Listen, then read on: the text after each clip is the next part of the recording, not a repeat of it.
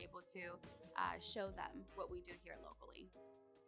So I would take the pledge, and I would encourage every other company to do so, because again, there's a lot of resources available with the city, and the city is a great resource and has been a great resource for Latitude 36 Foods. So take the pledge today or contact us to learn more.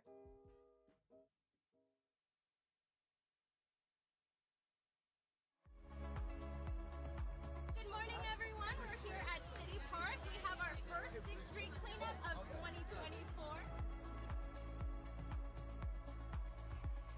We had about 50 volunteers come clean up the city as well as paint the skate park. It came out really great. It's good to help our community. I encourage everyone to volunteer with us in the future. Our next cleanup event is going to be for Arbor Day at City Hall on March 16th from 9 to 11 a.m. We'll see you there. Most people look at Carbon Health and are like, well, what is Carbon Health? Carbon Health is the home of good health. We are here as an urgent care primarily. We have 3 providers that work in this clinic. We try to make sure that our teams are pretty fluid so that way everybody can do everything. School physicals, work physicals, pre-employment physicals, workers' comp. If the employer needs a drug screen ahead of time, we do that as well. Vision, hearing, weightlifting, whatever physical needs. And then Carbon Health gives us all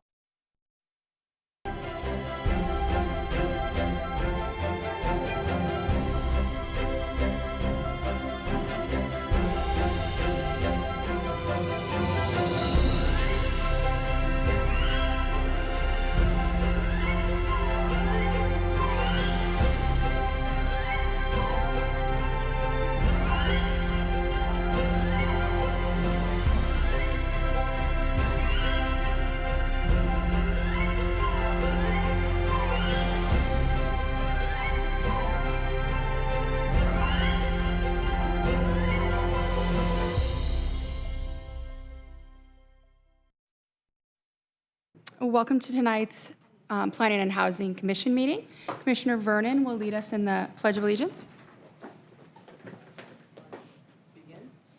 I pledge allegiance to the flag of the United States of America and to the republic for which it stands, one nation, under God, indivisible, with liberty and justice for all.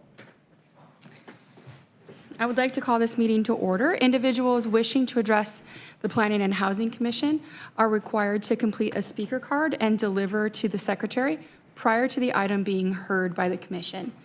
Please observe a 3-minute time limit for the communication. Once called upon to speak, please state your name and the city of residence for the record. Moving to meeting minutes.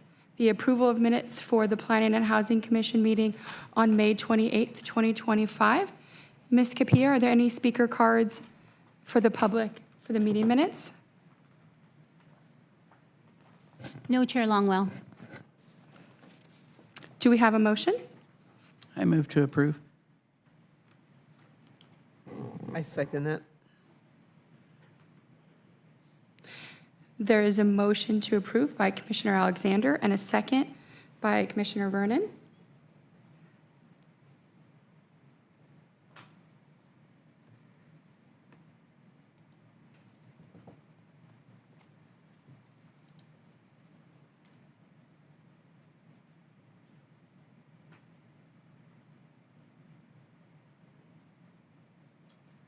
Motion passes.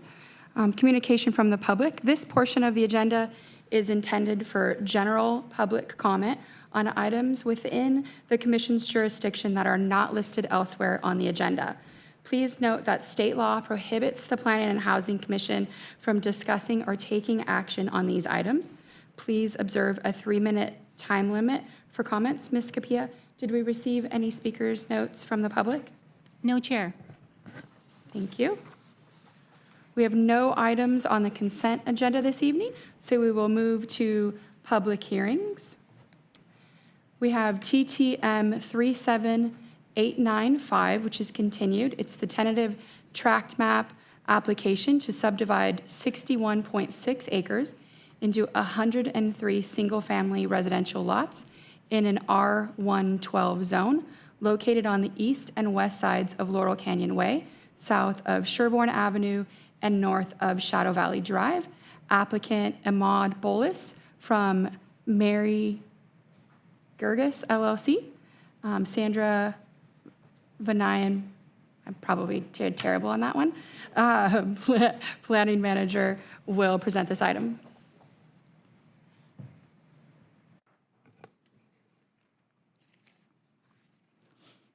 Thank you. Good evening, Chair, members of the Planning Housing Commission. Tonight's item is being presented by myself and Mr. Peter Carlson, and he's from Carlson Strategic Land Solution. Mr. Carlson represents the applicant.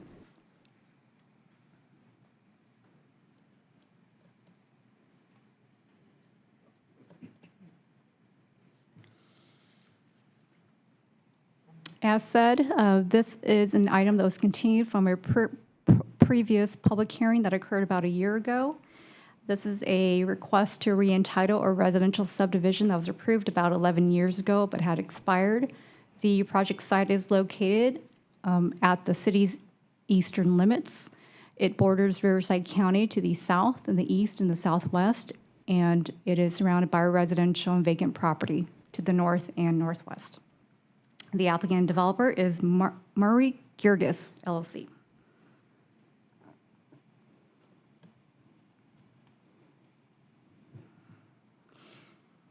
So it has been quite some time since we presented this project to you. What I'm going to be doing the next several slides is to provide you a recap of the project history and the project features, and then we'll have Mr. Carlson come up and he can provide you an overview of the most recent neighborhood outreach that was conducted for this project.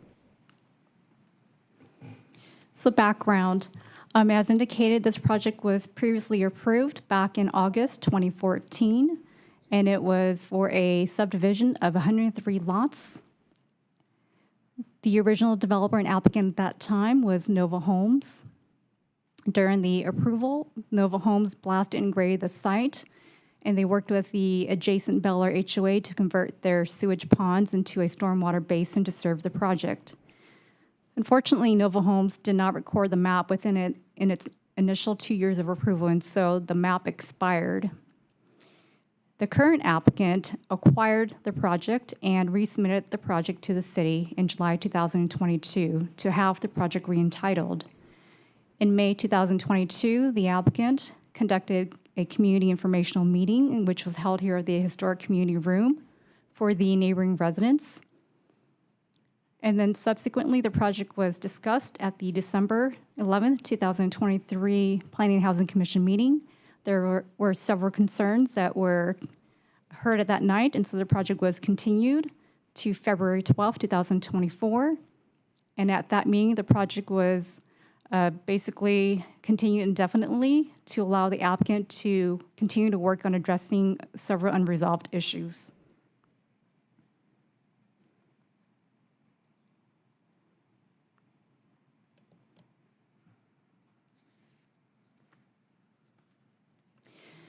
So the project concerns that we heard from the prior two hearings are summarized in this slide right here. So number one, the concern was that their prior grading and blasting activities that were conducted under the original developer, Nova Homes, had caused a lot of issues for the neighboring residents, particularly in the Bel Air residential community. And a lot of the residents came out and expressed their concerns that Nova Homes had not rectified those issues. The second issue that we heard at the prior hearings was that Nova Homes left a lot of trash and debris on their project, and the project site needed to be cleaned up. The third is that the residents were concerned about Old Temescal Road, which provides direct access to the project. The Old Temescal Road is a substandard street that was annexed into the city several years ago, so it does not meet current city standards. It is narrow and has limited visibility. The fourth concern we heard was that the project would add traffic to the surrounding streets, particularly State Street, which is within the county's jurisdiction.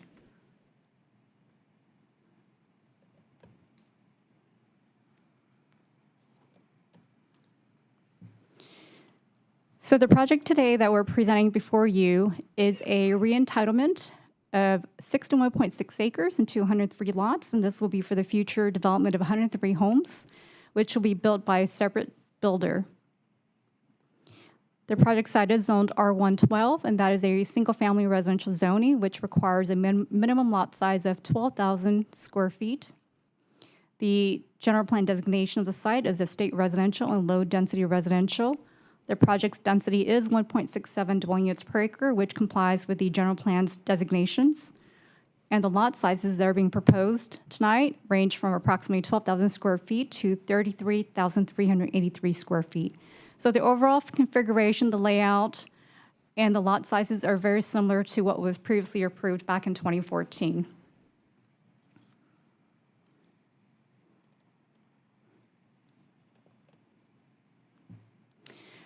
So this project is designed as a gated community. It has 2 points of access. The first access is located off of Laurel Canyon Way, and it is at the top left corner right there.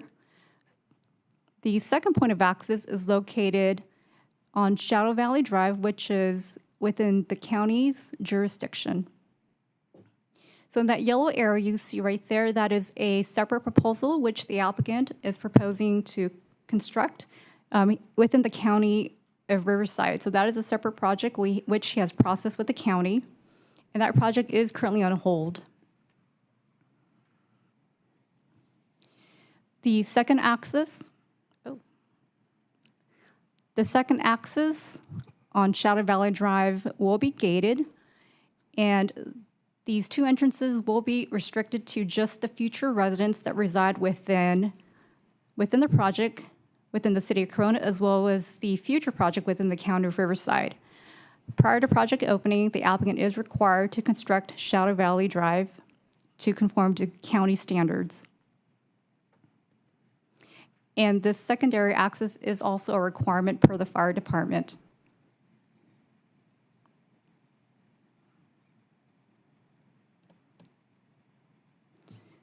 So public improvements. With this project, the applicant is required to complete several things. First, he is required to construct the portion of Laurel Canyon Way that abuts this project to meet current city standards, which would include curb and gutter, roadway paving, sidewalk, and landscape parkway. The applicant is also required to restripe a segment of Old Temescal Road from the 15 freeway to about where the project starts. And there will be no parking on the north side of Old Temescal Road. The applicant is also required to pay a fair share cost towards a traffic signal at the intersection of Rimpall Avenue and Old Temescal Road, and this is required prior to map recordation.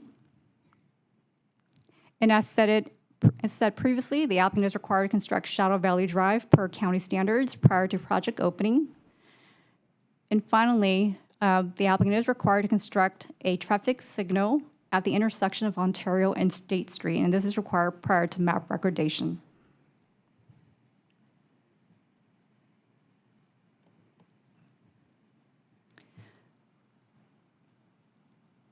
Prior to this hearing, the city sent out public notices per city procedures.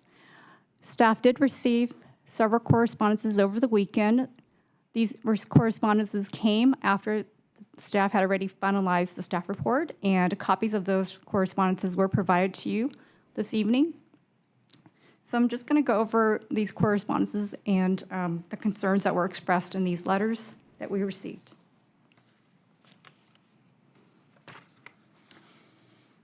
So we received letters from 3 neighboring industrial and mining businesses that are located in the vicinity of the project site. It came from Vulcan, Robertson's, and FSG Sand and Gravel.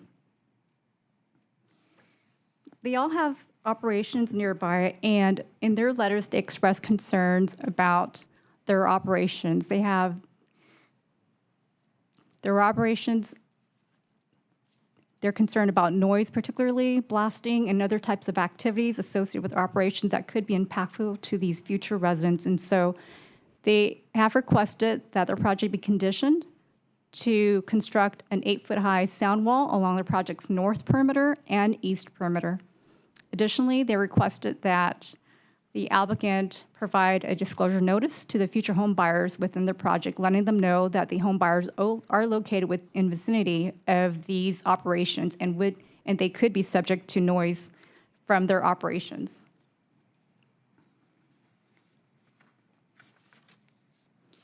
So in response to these concerns, staff is adding 4 conditions of approval to the project, and we prepared a memo for you tonight, which was also passed out to you. And we believe that those conditions of approval should adequately address their concerns. Staff also received correspondences from residents that live in the neighboring area. And these are from Julie Trapp, Sharon and MJ Jodwet, and Carol Stockline. And all 3 residents expressed opposition to the project.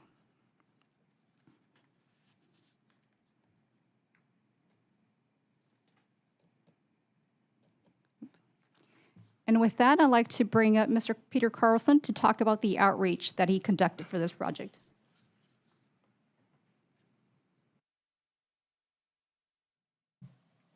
Thank you very much. Good evening, Commissioners. My name is Peter Carlson. I'm with Carlson Strategic Land Solutions.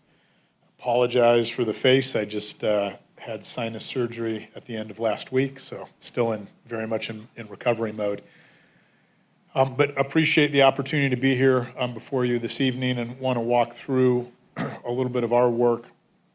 I was asked to join in May of 24, so my experience and history on this project is pretty limited. I've gone through and read through all the past documents. And what it was pretty evident is that there was just a big gap in communication between residents and the applicant team. I brought Maris DePasquale on board. Maris ran point on all the outreach.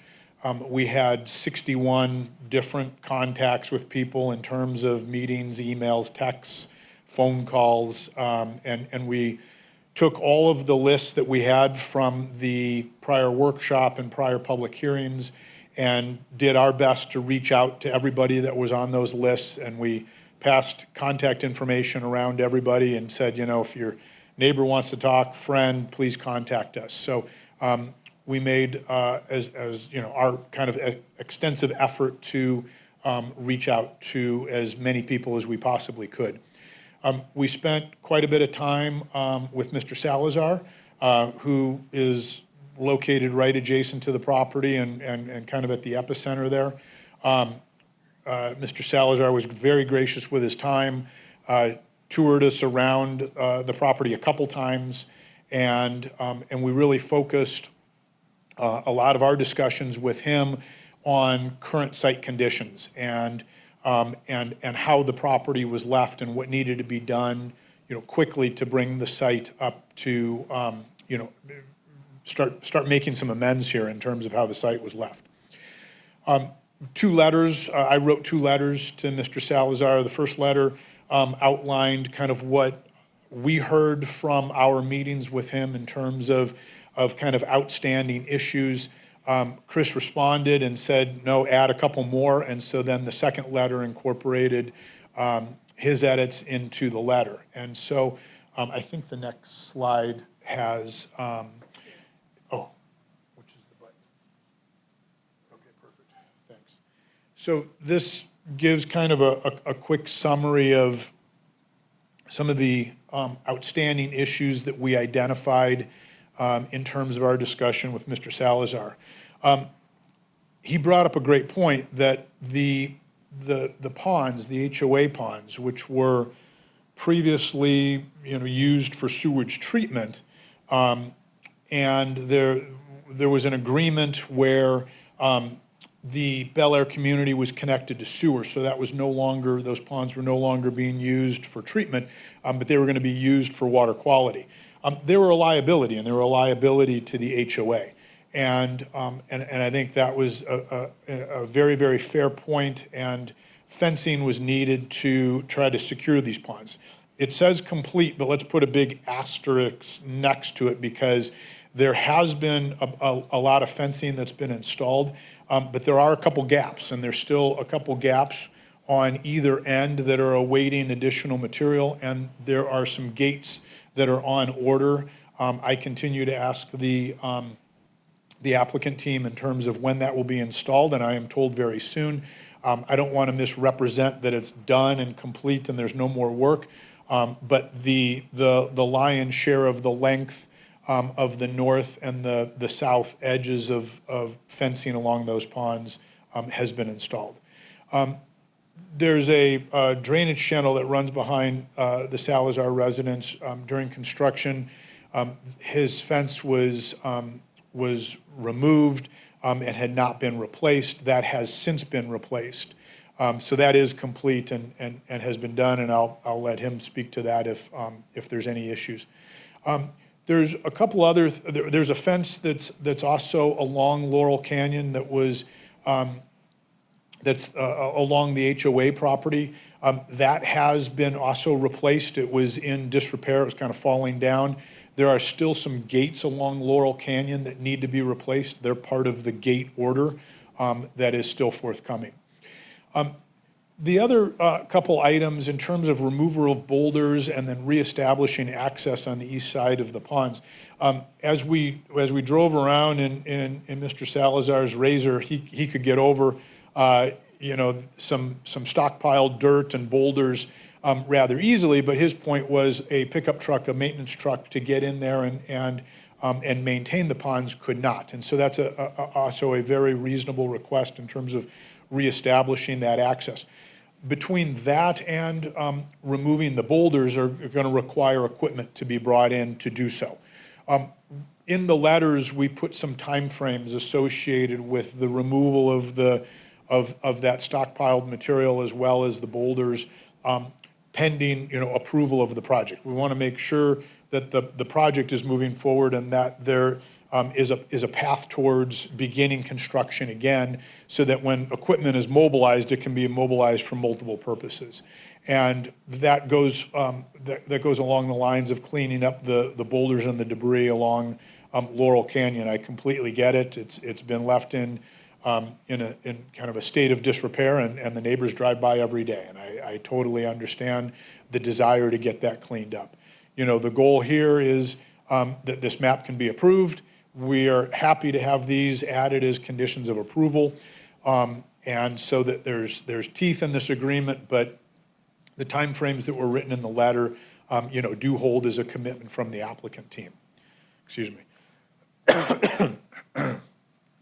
Oh, I've got the clicker here. Okay, these I think were shown in your packets. I'm not expecting anybody to read this on the screen since these were exhibits that were in the letter to Mr. Salazar outlining kind of all of these different areas in terms of the different fencing, the debris and boulder removal, the reestablishing access around the ponds.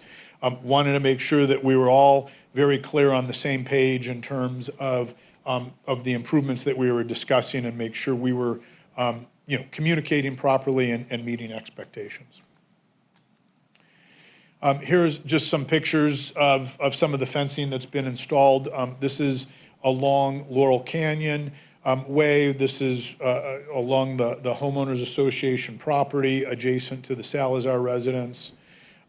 This is along from kind of perpendicular to Laurel Canyon Way along the southern portion of the HOA ponds.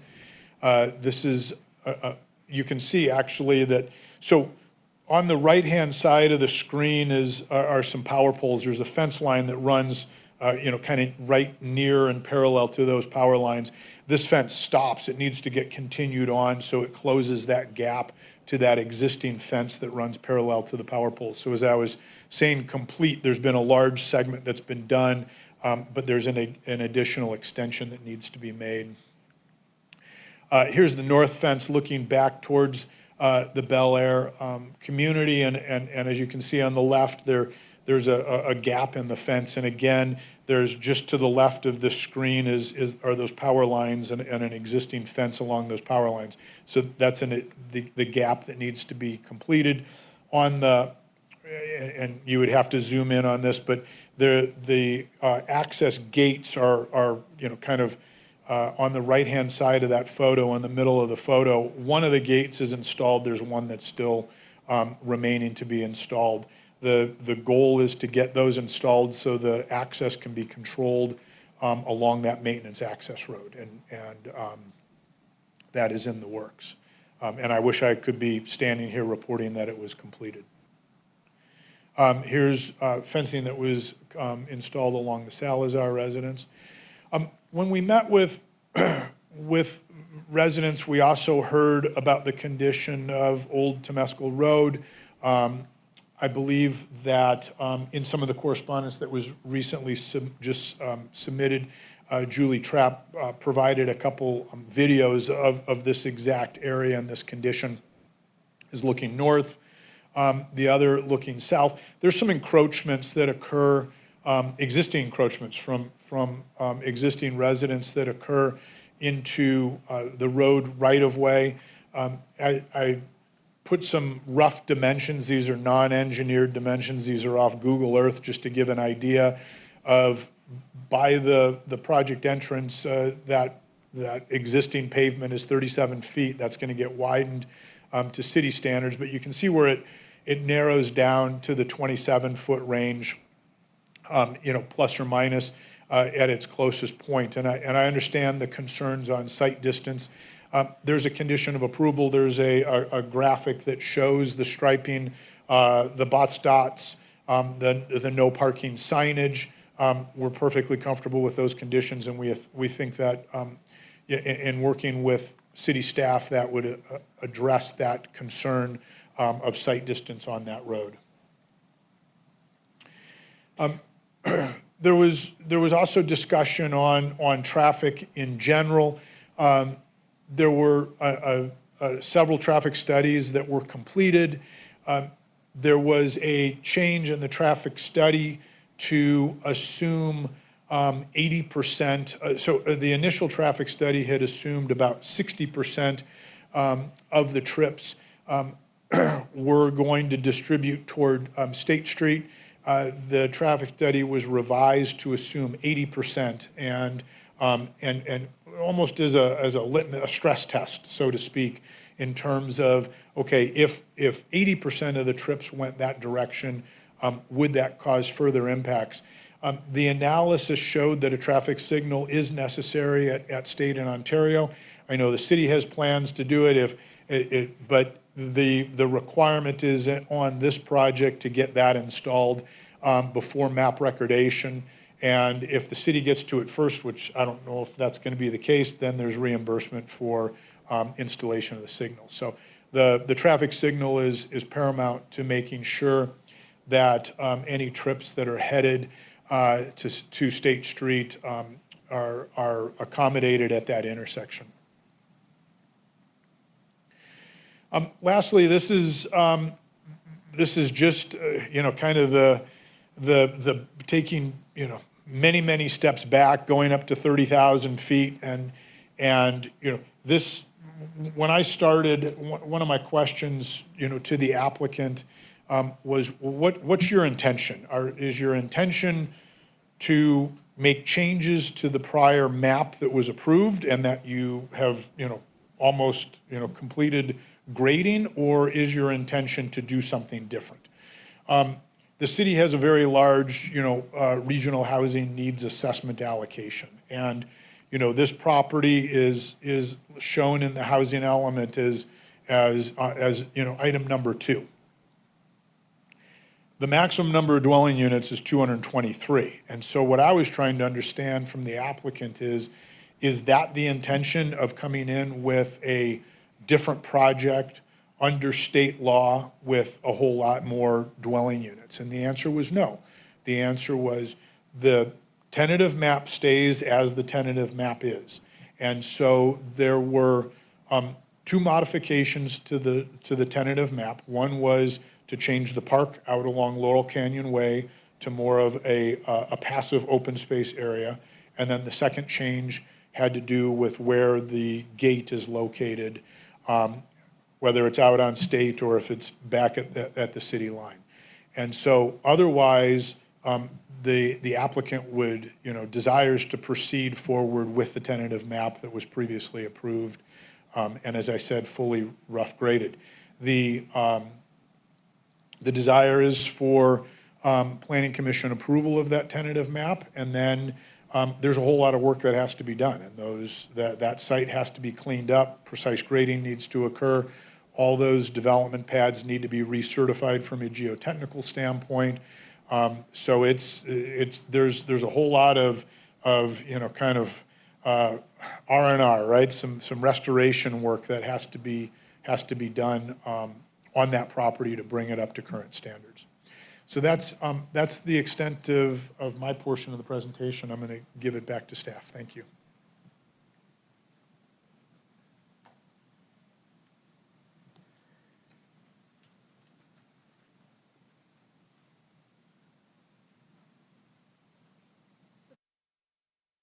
Thank you. So that was a lot of information. We tried to cover everything that we could, but if we missed any details that you might have remembered from the prior public hearings, we're available to answer any questions. And with that, we are recommending approval of this resubmitted tentative track map. In addition, we are also asking that the Planning and Housing Commission adopt an addendum which was prepared to the original mitigating negative declaration that was originally approved with the original map. And that ends my presentation. Staff is available to answer any questions. We also have Mr. Kevin Sang from Riverside County Transportation Department if you have any questions related to county traffic. Thank you. Thank you so much. Do any commissioners have questions for staff? You want to start? Sure, I have a couple. First question is the interrelation of the Riverside County second project that is on hold pending, future plans. How does that impact the conditions of approval, the signaling that would take place on Old Temescal and State Street? Does it have any impact on delaying that work? It does not. Regardless of whether he builds that project, he still has to construct Shadow Valley, which is in the county, in order for the first project to work. Right. He still has to construct the signal at State and Ontario. And does the Shadow Valley Road continue through that unapproved project in a fenced mode? So is there flow on Shadow Valley all the way through on the unexercised Riverside project? Shadow Valley goes through that project in the county. And it will continue that way, all right. Yes. The other question is the sewer upgrades that were done with the original approval in 2014. So that sewer upgrade was completed and is in place today for the residents that live there. Is that correct? Tying into the city sewer? So I'm going to let our development services staff address that.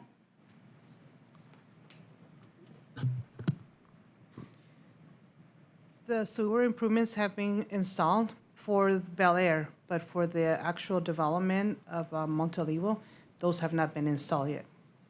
So the residents of Bel Air benefited of that installation of that sewer, despite the fact that the development didn't move forward into the tentative track map.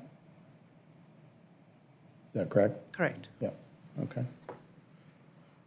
And the comment about, from Mr. Carlson about the street being different widths and dimensions based upon different development from homeowners by the year, will that, as part of the condition of approval with the lane mitigation, will that street go back to a set width, or will the different widths, I think it was down to 27 feet or 26 feet, will that remain, or will the street have to be returned to that city width?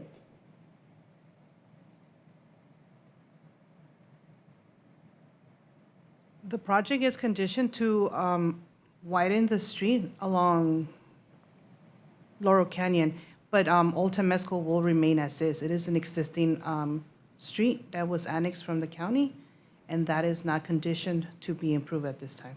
I see, okay. And then my last technical question is, I noticed in the new condition of approval that the wall height is at 7 feet, and all of the written conversation requested an 8 foot. So just curious what the reason for us, or for the condition being at 7 when 8 feet's used. Of course. So 7 feet is actually the maximum wall height under our municipal code. If the future home builder wants to build it up to 8 feet, he'll need to ask for a variance to increase the height of that wall. So we can only condition to 7 for now. And the fencing will actually come back before you with the precise plan for review, so we would look at it at that time. Okay. I think that's all my questions for now.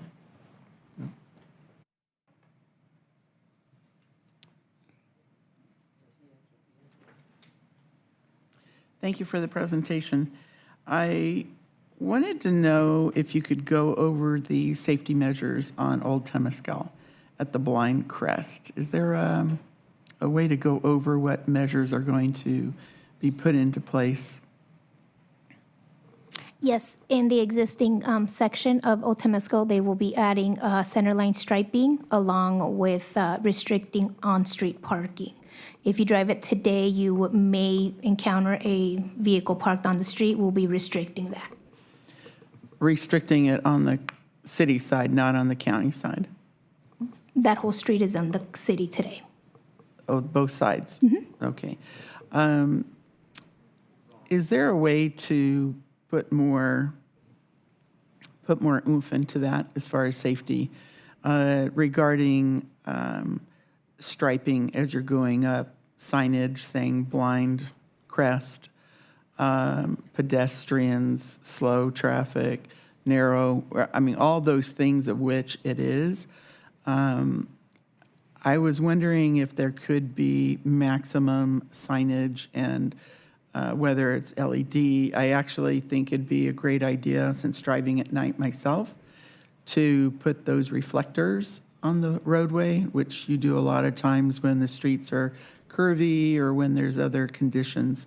I think it would be from where it starts on its, from Laurel Canyon as it makes its curve and it comes up that way to where the entrance to the applicant's project is, and then all the way up and over to on the other side when you're coming underneath the freeway.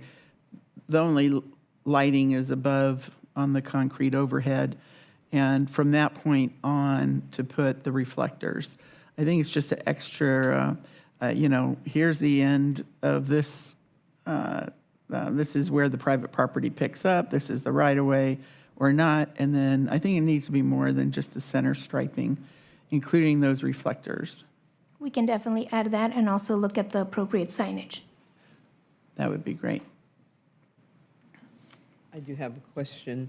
I was thinking about speed humps.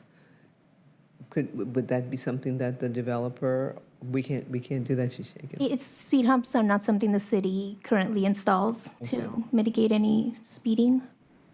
Is it something, if the developer were to request, that they could absorb the cost as well? Or it's just not allowed, a speed hump in this particular area? Right, that's not something we would consider today. Why not? Well, I think fire department doesn't do that well. Yeah, if I can interject on that, it's not a city standard, and it has to do with emergency personnel. But yeah, that's why you don't see speed bumps on any of our public streets. It's not a city standard that's been adopted. And Rosie, thank you for considering those things. I just want the residents to feel safe as they're coming through. And not only the existing residents, but those, this applicant's going to be bringing quite a bit more traffic through. And to add that on top of the narrow street, and I wasn't suggesting the city add, I was asking for the applicant to pay for this since their project is bringing it forward. And I had a question with I don't know what exhibit you had on your, Sandra, on your slide, but this is Exhibit 7 where it shows the county portion of the, in yellow. I don't know what that is. I think,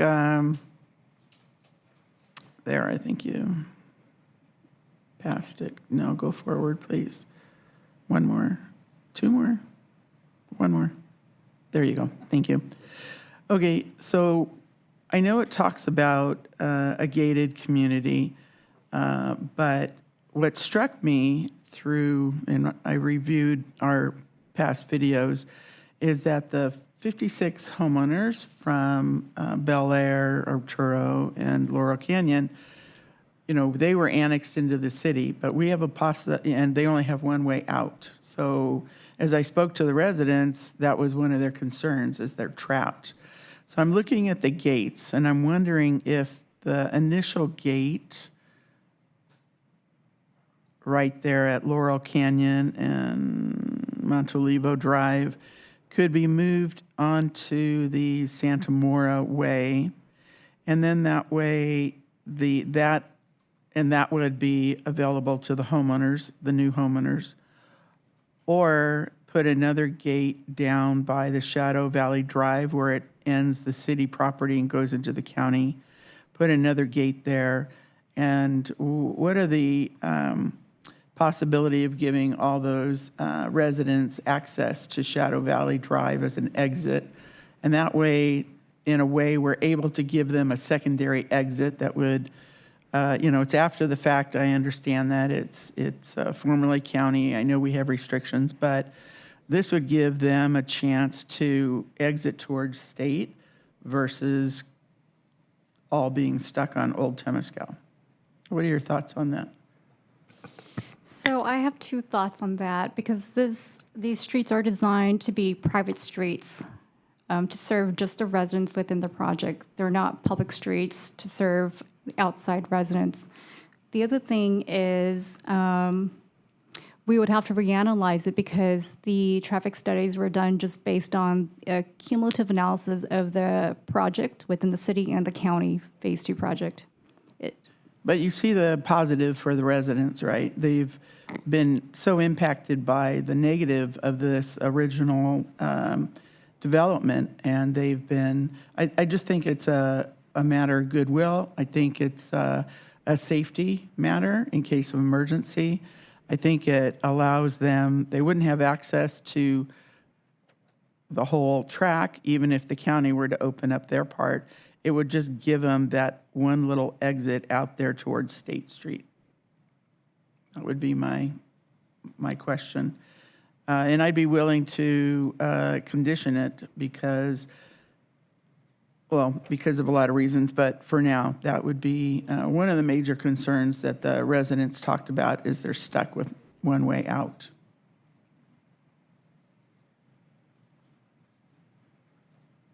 I appreciate your feedback. Do you have any additional questions? Yeah, I'd like to ask a question or two.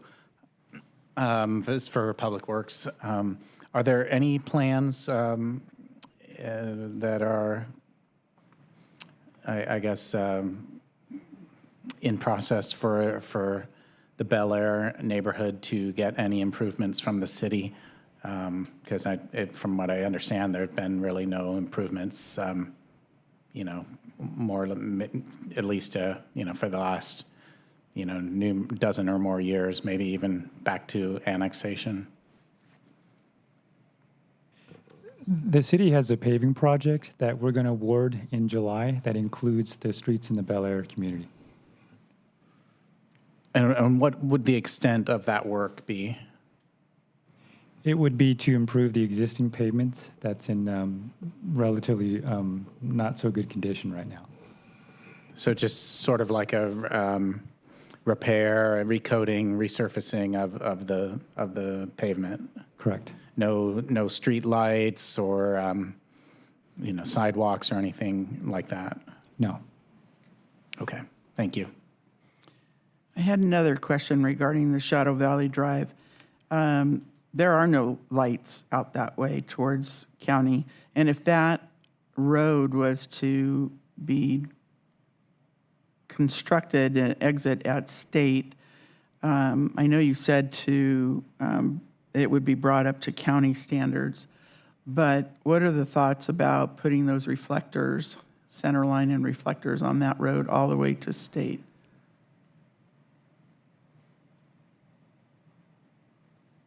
You mean in the county portion? Correct. Let From me- where it leaves the city, Let me ask my peer. at Give me a the, sec. at the applicant's, Yes, at let me- the applicant's cost. Let me ask my peer.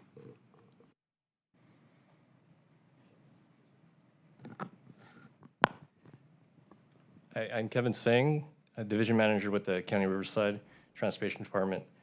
Your question about installing RPMs, reflective pavement markers, to increase visibility on Shadow Valley would be acceptable as a measure to increase visibility on the county side. Considering It's there something that won't you be could any condition. streetlights. I mean, right? There won't be any streetlights. Correct. Right. And then we don't know how long it'll be before the applicant follows through, if ever, on the county application for those 38 homes anyway. That's right. That project has been on hold with the county. Okay.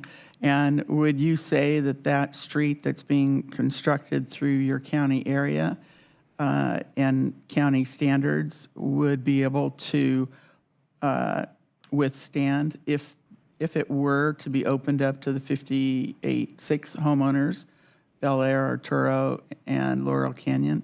Would that withstand? Is it that road? Would it have the capacity to withstand those many homes, additional traffic? If they utilize a local street standard, would be able to support the additional homes and traffic that's associated with that. Okay. The reason why I bring it up is the homeowner said originally before the Bel Air on the county side was gated, they used to have access through there. And then for one reason or another, it stopped working or it stopped, relationship fell through or whatever. I'm just trying to see if we can offer them a second way out in case emergency and just for the flow of traffic so they're not stuck going out Old Temescal under the freeway. I understand your concern. I guess it would come down to what the city is able to condition or change as far as what's been studied so far. Well, here's my thought is that here we've identified Old Temescal. It's got a blind crest. There have been accidents there. A child was hit. There was a lawsuit due to the conditions, whether that's the driver's fault or just the original condition of the streets, the narrow, not matching the city standard. And here this project is going to influx all these other cars. It says 103, but these are larger homes, a larger number of bedrooms. Probably 4 vehicles, 3 to 4 vehicles would be more like than 1 or 2 of them. And if we were to give them an alternate way out Shadow Valley Drive, instead of pushing them to this bottleneck that's unsafe and increasing it, I just think this is a good way to offset that safety. I think it'd be a good measure. So I appreciate your answer. And thank you for coming, by the way. Appreciate that very much. Could I, just to follow up on that, a question? So State Shadow Valley Drive being built in the Riverside portion, that's a new road that would need to be permitted, designed and permitted through the county, correct? Correct. And it's being built as a standard county road? Is that the equivalent of what would be a City of Corona road, or is it a different standard than a city road there? I haven't taken a look at the city standards, but I imagine the local street standards comparable. The city can condition the applicant to construct that road with county standards. We can supply one if that's needed. Do we know if that's the intent now of that Shadow Valley to be a city standard road that's on Riverside County property? No, it's supposed to be a county standard, but they are pretty equivalent in the amount of traffic they're supposed to carry. All right, and if it's being built to a city standard or nearly that, would it not be appropriate to extend the streetlights through the Riverside County section since it's already being permitted as a new road?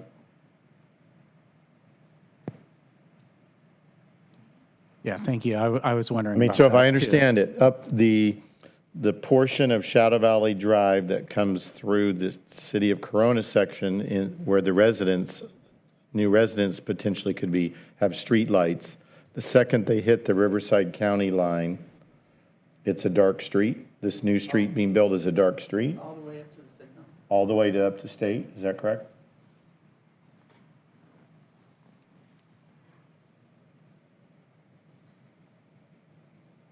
You were asking if it was built. No, it's Sorry. going to be built, so the Riverside, the portion that's within Riverside County, not City of Corona, a new road's being built almost to Corona street standards. Does it have streetlights in it? Will it have streetlights in it? Let me check. Yeah, I think that's what I'm unclear on too, because there was mention that that would be a road without streetlights.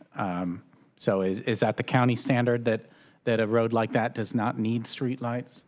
I could describe it this way. If this development were in the county and they had off-site improvements extending a road that's beyond their frontage, typically it's not required to have streetlights for that extended road off-site. The streetlight requirement is within the project or along its frontage. So if that second part of the project eventually were approved by the county, streetlights would be required, but until such a time, they would not be required. Is that what you're saying? That would be typical for county process. Okay. Because when I drove Ontario to State, and I passed Poppy, and I passed Smurburn, all those streets, other than the residential lights, there were no street lights. So that would be the concern as it comes out and winds its way to where it pops out on State. So here they're going to come out from the city, hit the county, no lights, street would be similar to the county streets in the area, and then it'll come out onto State. They're going to have to turn left on State and wind down until they hit Ontario, where the signal will be. But the distance from the unimproved county portion, where the applicant has highlighted the 38 homes, out to State, and then State all the way down, is unlit. Other than the residential lights, it's very dark. That's the existing condition. Correct. So that's why I was asking about at least the portion that we could control as it hits State. Then they'd turn left to catch, whether it's to get on the freeway for traffic or just be on their way. Thank you for your answer. The section that you're talking about is what's in red on the right side?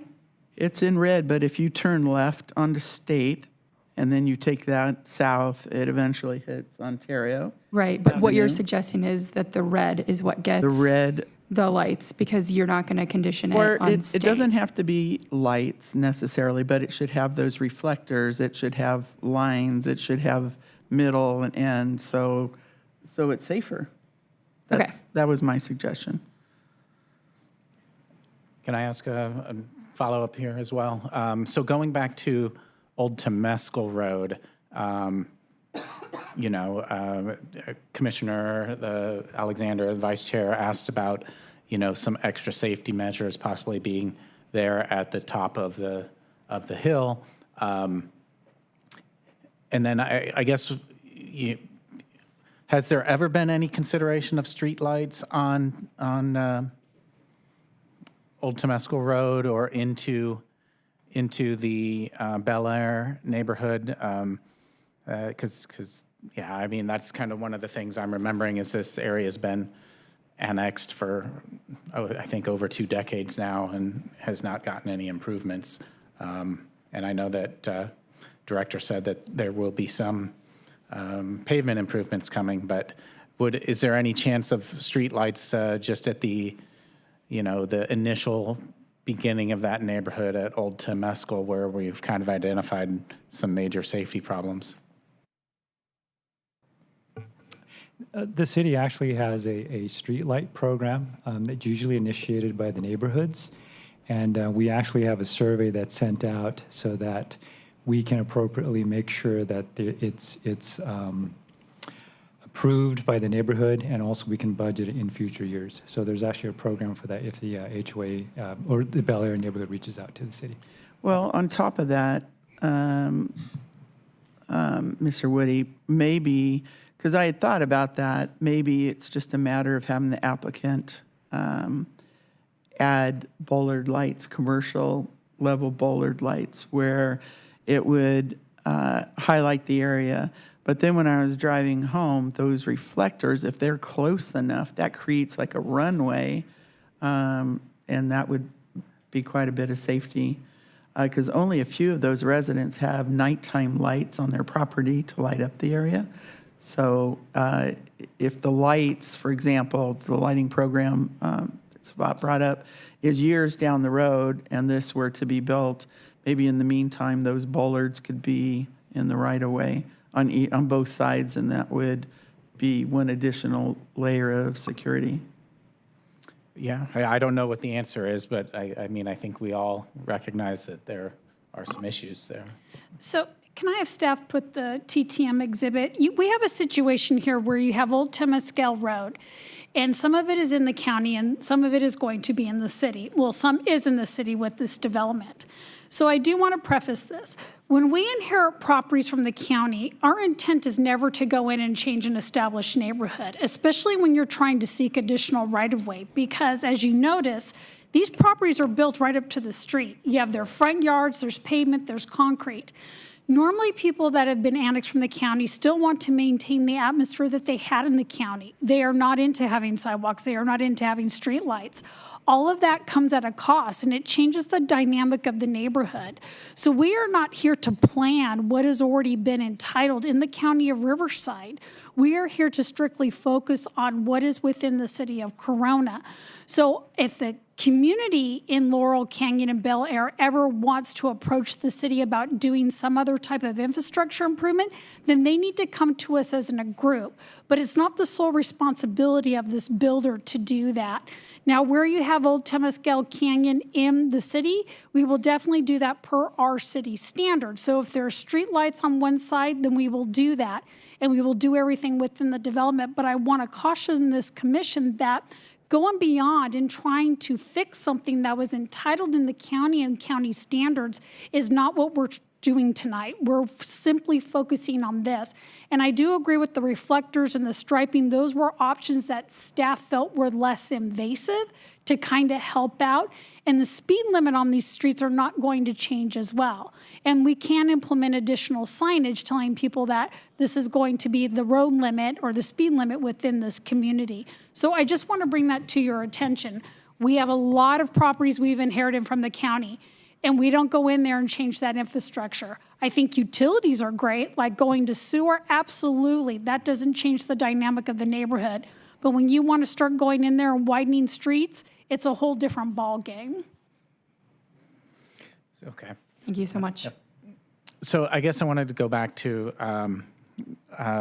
Director Campu about the possibility of streetlights, and you explained the city program where you reach out to neighborhoods and kind of do it that way. But has any sort of outreach been made to the Bel Air neighborhood regarding streetlights or those type of improvements?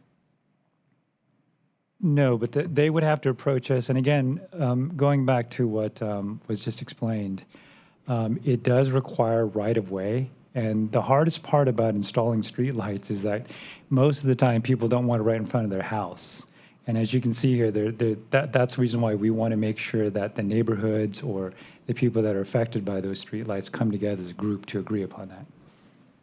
Yeah, I mean, I imagine that streetlights would be beneficial for the safety of everybody, but the people right there would be less inclined to want them, even though the people farther into the community would want them unequivocally.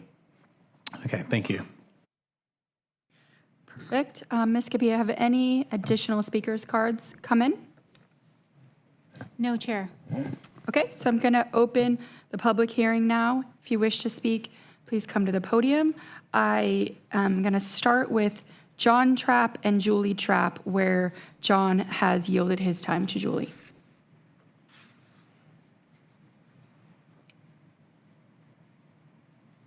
And just so that we're kind of moving through it, after them, it'll be Vincent Chenel and Chris Salazar, where Vincent has yielded to Chris. Committee, if I can, my neighbor Alyssa has to leave. She has a Boy Scout. Can she go first? She's on the list. Okay. Thank you. Hello, good evening. My name is Elisa Barella, and I am a member of my Bel Air and Laurel Canyon neighborhood. Before I begin with my concerns, I would like to express my gratitude to each of you for serving our city and its citizens. I'm thankful for the time that you commit to consider the proposals and make decisions based on what is best for our community and its members. I live in a lovely neighborhood with wonderful neighbors who watch out for each other and support each other. We pick up lost animals and return them to their owners, pick up trash that is left by people who are not in our neighborhood at the entrance of our community, and we have created a neighborhood watch community. Tonight I come here very concerned regarding the traffic and safety of this very neighborhood that I live in and that my neighbors call home. Currently, our neighborhood consists of 50 homes. This development began with a project and with the intention to build 50 homes. This was years ago before I moved into the community, which was 13 years ago. This plan now triples the amount of homes in our community by building another 103 homes. In addition, these plans were made to build, the plans that were initially made that I was part of in communication of, were to build either a community center or a park across from the development of these new homes off of Laurel Canyon. We all know that we need housing in our city and our state, but this developer is trying to move forward with these plans without a second safe and feasible entrance or an exit. The existing access points are already inadequate and pose significant safety risks to our community. Adding more homes without addressing this issue will only worsen an already dangerous situation. The proposed second entrance and exit would connect to State Street, a county road. I question whether nearby county residents have been informed of this proposal. According to the developer's updated traffic study, 80% of the increased traffic would use State Street. This proposal presents several serious issues. One, State Street is extremely narrow and not designed to handle this volume of traffic. Two, the left exit lane from the 15 South to State Street is very congested and causes long delays. As a result, many drivers will likely divert through Old Temesco Road, pushing even more traffic into surrounding neighborhoods. Three, legally, only the residents within 500 feet of the proposed changes need to be notified from the county, but every single one of these county residents on or off of State Street would be impacted by these additional cars. The developer appears to be bypassing full transparency by notifying only the city about the current project, while intending to shift the traffic burden onto the county in a future phase, without notifying county residents. This lack of disclosure undermines public trust and proper planning. Additionally, State Street is a county road, which is very narrow, and Old Temesco is too narrow to accommodate all of these additional cars. The staff member that said that both sides of Old Temesco are in the city is misinformed, as the north side is in the city of Corona and the south side is in Riverside County. Number 7, we were told that we would have access to the Shadow Canyon Valley Drive Road by Avano about 8 years ago when I was in a meeting with our HOA board and the developer at the time. He's no longer with the company. 8, I question which roads these construction vehicles are going to use to complete this project, as we've already stated and established that Old Temesco is very narrow and is not adequate even for our 50 homes, let alone the construction vehicles. My last concern for this is that the developer is having trouble with the county to approve 38 homes. And here they're trying to push 103 homes into our community with less than adequate access. Okay. On behalf of my neighbors, friends, my kids, and the other kids in my neighborhood, I strongly urge the council to require a safe, second, well-planned entrance and exit as a condition for approving any additional homes. I additionally ask you to carefully review any proposals made by this developer for our community's safety, quality of life, and infrastructure, we depend on you and we trust you to make the right decision. Thank you for your time. Thank you so much. Next up is Julie. We are going to hold you to the 6 minutes and everyone coming forward. Dear esteemed committee members, thank you very much for your time. I really appreciate your questions here tonight. I come before you as a concerned citizen of Corona, a neighbor to this proposed project. This project, this development, at least under this developer, has been 10 years in the making. No one wants to see beautiful homes next door more than me. The dump that we've been living next door for years is disgraceful. But there are some really big reasons this project is not complete, and it starts with this: the developer. First working under the name Nova Homes, he has made some really poor business decisions. Many developers bought and sold this land before Imad came around. Imad took a gamble, and I am no gambler, but the odds have not been in his favor. Let's remember, though, primarily it's because of his own carelessness. I read the report you were given tonight. It fails to show the fact the developer chose to work outside of his permit, and his project got shut down. He trespassed onto county land. He was sued. He took a 2-acre easement granted by our HOA and plowed over all 7 acres. He removed our fence. It still hasn't been put up. He blasted, I forget, it was about 30 times when he told us it was supposed to be about 4. He bought land divided by city and county. He chose to build city first with only an access road that's narrower than allowed. Now, let's talk about the city's responsibilities in this mess. The city annexed the land from the county. It was originally zoned for 54 1/2-acre lots, and then it was rezoned and changed to 103 homes with 12,000 square foot lots. Old Temescal is a small, literal county road annexed into the city. It services 50 homes. The road is half owned by city. We have always been told half owned by county. In my calls last week, no one corrected when I said that as well. It will now service 200% the amount of homes it was meant for.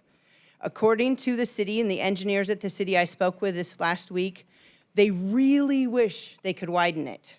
They really wish they could make it safer, but they can't. Those are all dreams.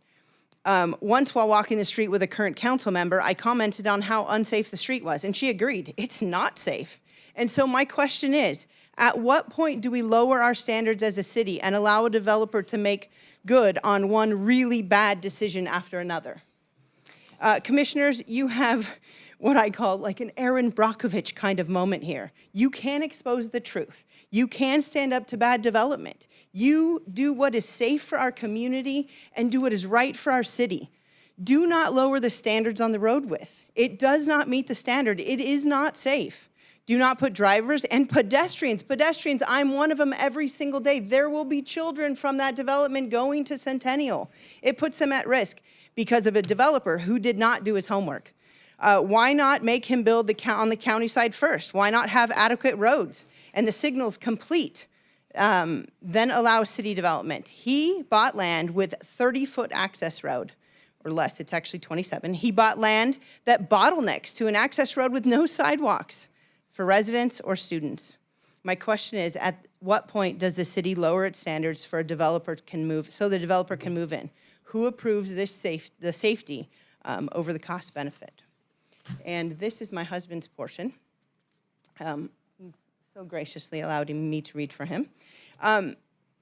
So the city is making the developer pay for the entire signal at Ontario and State. I do believe that's changed. The original thing I got said that they will pay their fair share. So now the fact that they're saying 80% of the traffic will go out that way, as a person who lives here, I will tell you that's a bold-faced lie. That's not gonna happen. It won't happen. Schools and shops are easier to get to going out Old Temescal. That's a fact. For the first 7 years I lived there, I had access out the other way. Who wants to go out on Ontario? It's a mess. Old Temescal, that street remains our only way out. The one that goes under a major interstate, over large water channels. It's a small country road originally made to service 50 homes. So my conversation, I just want to be transparent so that as a resident, my conversation with the developer, their new representative, okay, back in October on Halloween. We finally agreed to meet. It's not in your report. It went something like this. Hi, it's nice to meet you. I was recently hired by Ahmad to get this land developed. I'm summarizing. I don't know, though. It seems like quite a mess. I don't know if we'll be working for him long because Peter and I, we're partners. We work for winning companies that get city approval. We do this all the time. It's just, this one, it's a mess, so we'll see. I let her know my biggest concern, I walked away from that meeting, show good faith, build a fence. She goes, I have right here on my notes, capital, build a fence. My last phone call last week, by the way, our sign went up Friday night, so Monday morning was the first chance I can call the city, and I was told because it's a short city work week, all submissions had to be in by Monday. So there was a little confusion about videos and entrances, people won't be here. My phone call went like this with Maurice last week. Allow me to summarize again. Oh, hi, Judy. My name's Julie. Peter and I we're trying to give you teeth in this project. We just need it approved so that you can get conditions. That's how it works. We get it approved, and then we're obligated to complete all these conditions. To which I stated, kind of like that signed MOU that you never followed through on. We have a signed MOU from Nova Homes. Oh, yeah, I forgot that we have that. This is a better way to do it. This really helps you. Yeah, this is their conditions versus just a bunch of homeowners complaining.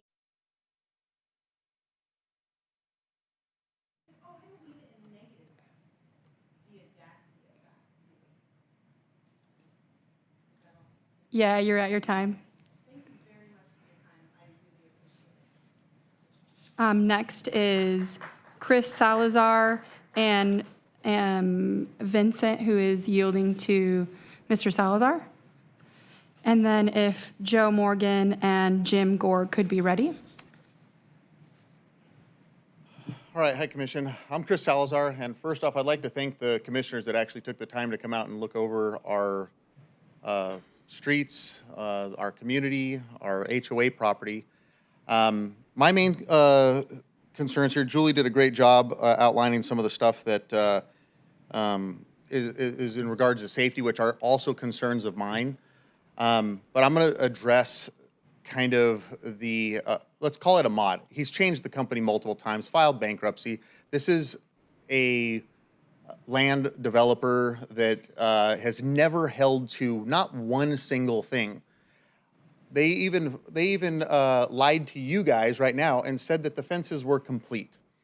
Both Karen and Matt both came out to our properties and know that's a bold-faced lie. They lied to you guys as they've been lying to us for 15 years. The fences are not complete. The rubble is not picked up. We came here a year ago, and I believe it was you, Karen, that said that you were not going to let these people go through and do this project if they don't show some good faith with the community and take care of some of these problems. They still have yet to take care of any of the problems. We're in the same exact position. Yes, they put up a couple. I'm in the construction business. They did the absolute bare minimum, actually even less than the bare minimum. They didn't even tie in, and I apologize for not having, I'm usually more prepared with pictures and stuff. I was in New York until Tuesday of this week, of last week, and Julie let me know. I didn't have time to get my videos, photos, anything to present to you guys. But nonetheless, the fences aren't even tied in. They didn't do return stretches back on my property that separate Mr. Genko's and my property, which is part of the thing that they said they did right now. He said he did that. They did not do that. You know, they put up a fence, double stacked a fence. It was in the photos. If you could pull those up, I'd like to show it because I don't think anybody picked that up. They double stacked a fence blocking in our irrigation system on our property. They made more work for us again. This is not the first time. This is not the second time. This is not the fifth time. They have continuously degraded our HOA property. They still have, tons, literal tons of boulders that is told to Julie that, oh, let us get this approved and that's how this works. So you're telling me if this doesn't get approved, they are able to destroy our property, walk away from a project and leave us with tens of thousands of dollars in cleanup. Because if they don't get approved, guess what? They'll do what they did last time. They'll file bankruptcy and walk away from the project under a new alias like they did last time. I think it's It's really unscrupulous business for them to conduct business. If I were to run my construction company in the city of Corona, the way that these guys are running in front of you guys in the city of Corona, I would be fined. I've actually had jobs where permits have been, called out on me, and I've had to fix things. You guys seem to let these guys get called out on all kinds of stuff, and they never have to fix anything. I asked, I think it was Peter here, when these contractors that came in to do the fencing, because I was concerned with liability that these guys working on our property. They use unlicensed contractors, number one. Now, if I work unlicensed in the city of Corona, I get in trouble for it, right? I have to maintain a city business license. I have to maintain workers' compensation. I have to maintain a bond and all these things that these guys aren't doing. And they said, from Ahmad, I have it here. Again, I would have prepared it to you. Don't worry, we're responsible for these workers because they used unlicensed contractors. I would like to see their permit for the fence that they put up. If I build a permit through my construction company, I have to pull a permit at the city of Corona. I have to come right down here this hallway, go spend an hour and a half or 2 hours of my day to pull a permit to get jobs done in this city. What is the reason that these guys don't have to have the same standard, whether it's safety standard, whether it's building standard, whether it's contract standard? They're held to no standard, but we are expected to let them continue on in bad faith every single time that they come before this committee. They have not one time showed up here in good faith. Still to this night, they lied to you bold-facedly and said that the fences are complete. They are not even 30% complete. They put up 2 stretches where you can see it from the road. So when you guys showed up, you guys saw some fences. I don't think they realized that you guys were going to actually take the time to see what was done. Matt, I appreciate it. He walked with me around the property today. It's a scam. They're running a scam here on you guys, and you guys are just taking it. And I think it's absolute nonsense that you let somebody like this conduct business in my city. I grew up here. I went to Centennial. I worked for administrators. Eugene Montez is one of my customers. We service his property. We service his businesses.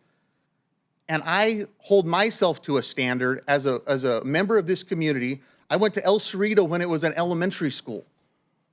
If any of you guys probably don't even know what that is, but that's how long I've been in Corona. I was born and raised here. And I run a business here. My kids went to school here. My kids are in college now.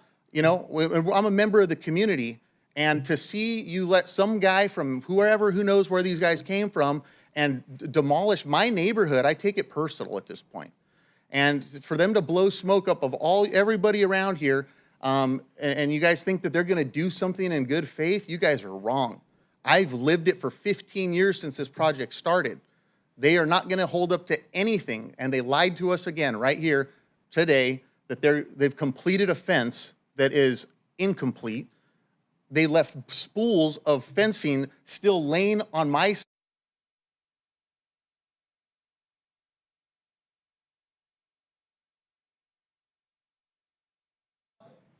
Anybody that knows anything about construction and fence building, you cut a fence, you tap it, you make sure it's level, and when you look down at it, it's straight. They did none of this. Unlicensed contractors, unpermitted fencing, uninsured, everything. Which is consistent with how these guys do business. 100% consistent.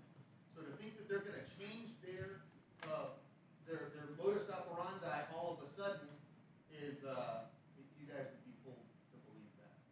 Thank you, Mr. Salazar. Next, Joe Morgan, followed by Jim Gore.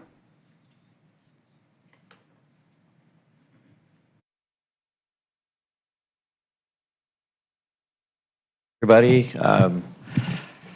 So it's wild to hear Mr. Carlson say there was just a gap in communication. The gap is in credibility. The gap is in just ethics. It's a gap in ethics. It's also kind of interesting to hear to say, well, we can't just retrofit a neighborhood, and we can't do upgrades on a neighborhood. And when this whole project is changing the character of the neighborhood. This whole project is impacting the whole neighborhood. So, you want to work with the neighbors about it, but to say, well, we can't go back and look at things. Well, you're going back and taking away parking from the neighborhood because of increasing safety, because of the increasing car load. So it's a two-way street. So, I mean, they're being impacted. It's costing them. It's not really benefiting them. And to Mr. Sequelin's point about the sewer was a means to an end for this developer. They needed the space to access it, plus they had to provide sewer for their project. So they weren't doing the neighborhood a favor. They had to have that space where the pond was in order to do the demolition and the blasting and the earth moving and everything. So there was, this wasn't just an act of goodwill on their part. This is something that benefited them, and so the HOA had a sewer plant that worked. They didn't have to have this. They had something that was already there. So it's nice that they are on sewer now, but that was a side deal that worked for the developer. The other interesting thing was that I was sat in this room and heard how the light at Ontario and State was 100% paid for from Rexco, from Latitude. I don't know if any of you remember that. So they were paying for that light. So they had to pay for that as part of the Latitude project. So now it's going to be paid for again by this project when it was already paid for. Now I understand there's a project to widen Ontario at some point, but it seems like we're playing semantic payments around this whole thing. I'm going to say the same thing about this project that I said the last time. They should come with a complete project with this, it's nice that county transportation guy is here to really say nothing, but until you have an entire project that you really know what's going to be there and what isn't, why would you approve it? Why would you approve this project when it's only half done? You don't approve half-built projects within the city. Why would you approve a half-built project when it's half in the city and half not? The people in the county should be noticed. They should be here because it is affecting them. So this developer is playing the same game that he's played right from the beginning. Change the name, but don't play the same game. They should come here with a complete plan, come here with a county approval, with a county-approved plan, and then you know what you're really dealing with. You know what the street's going to look like. You know if there's going to be streetlights. So have the whole plan or don't have any of the plan. Thank you. Thank you, Mr. Morgan. Jim Gore?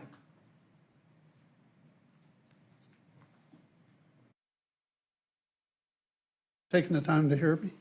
My name is Jim Gore with Vulcan Materials Company. We're one of the mining operations relatively close to this particular project. A number of our companies have sent in letters of concern. We're looking forward to working with the applicant to address those concerns. And thank you for taking the time to listen to us. Thank you so much. Sally Ruiz, followed by Shahab Kher and Dale Worthington.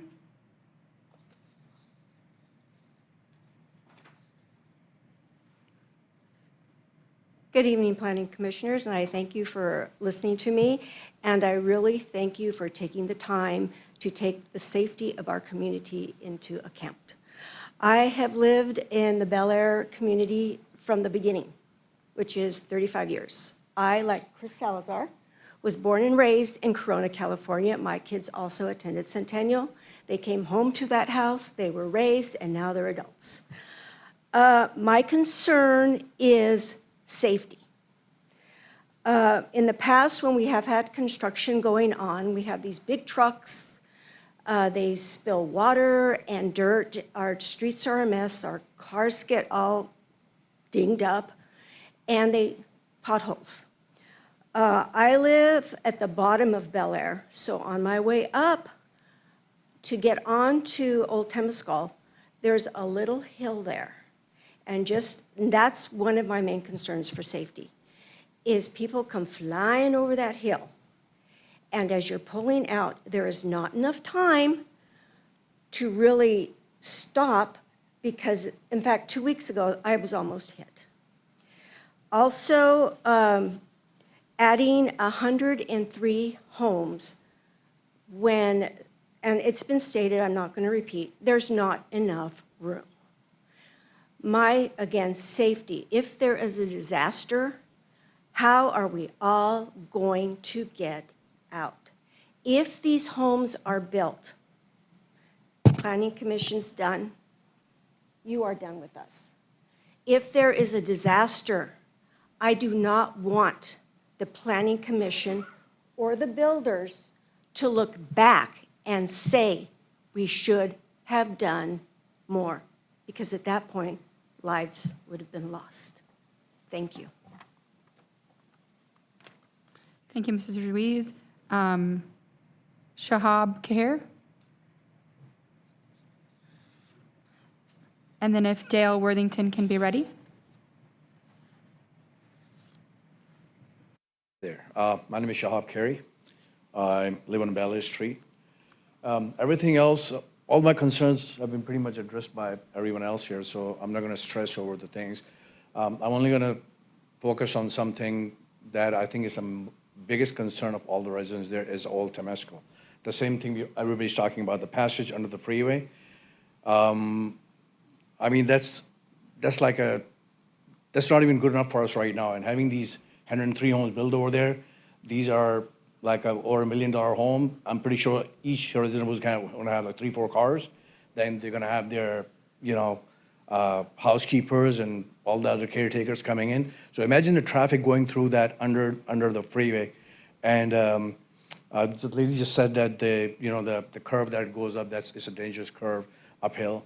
And not to mention, another thing is that the 3 stop sign, before we get to any major shopping area or to the Centennial School or anywhere that a resident wants to go, there are 3 stop signs there before any major signal.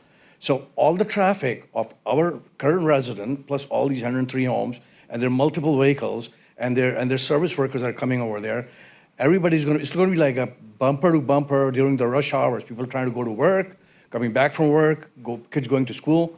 It's going to be a chaotic situation. So that is the biggest concern I have. And I think that you guys should seriously think about it, consider it. Thank you.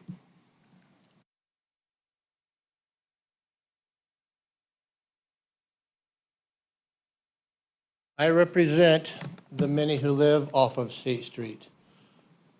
Like Mr. Salazar, I'm a contractor in the city for 40 years. Cannot tell you how many times I've been held to certain standards by staff that are being thrown out the window on this project. It's just absolutely dumbfounding this project has even gotten this far. Several years ago at one of these meetings, I presented a solution that solves all this. But before I go there, this entire development is being presented as if we go out to State Street, okay? So you're counting on the county to approve going out to State Street. The entire neighborhood of State Street and everything off it, they already have an attorney. They're ready to fight this. This project is not going out on State Street. There are no sidewalks. There are no streetlights. Like the Bel Air community, this was designed as county. It cannot withstand. And you keep saying 103. How many houses are in the county side? How many more? Okay, so another 38. So let's put a real number on that. I'd like to see the traffic study of 138 homes going out onto State Street with no streetlights, no sidewalks. You go out on, hypothetically, you go down State Street, you've got Dos Lagos, you've got crossings, all the restaurants. That's the access to get on the new fast track lanes. I'm not concerned about traffic going on Bel Air. They're all going down State Street because that's to get on the freeway. The amount of people in South Corona that already come down Foothill backwards to be able to get on the fast track. But the solution to all this, without relying on the county, without putting this undue wear and tear and safety issues on State Street, is simple. The developer already took the sewer line out to Shearborn.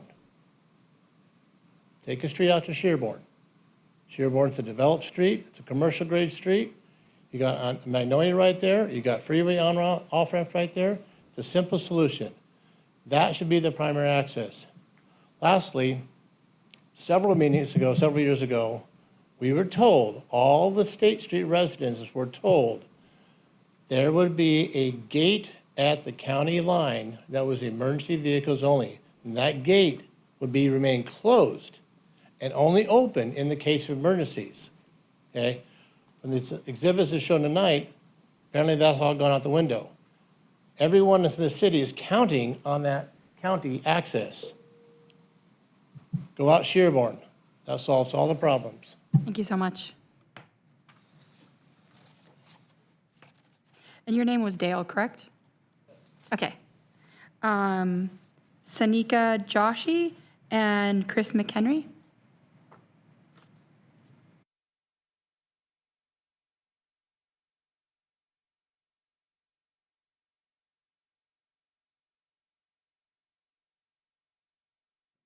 My name is Sonika Joshi, and I live on Bel Air, and I've been a resident there for the last 17 years.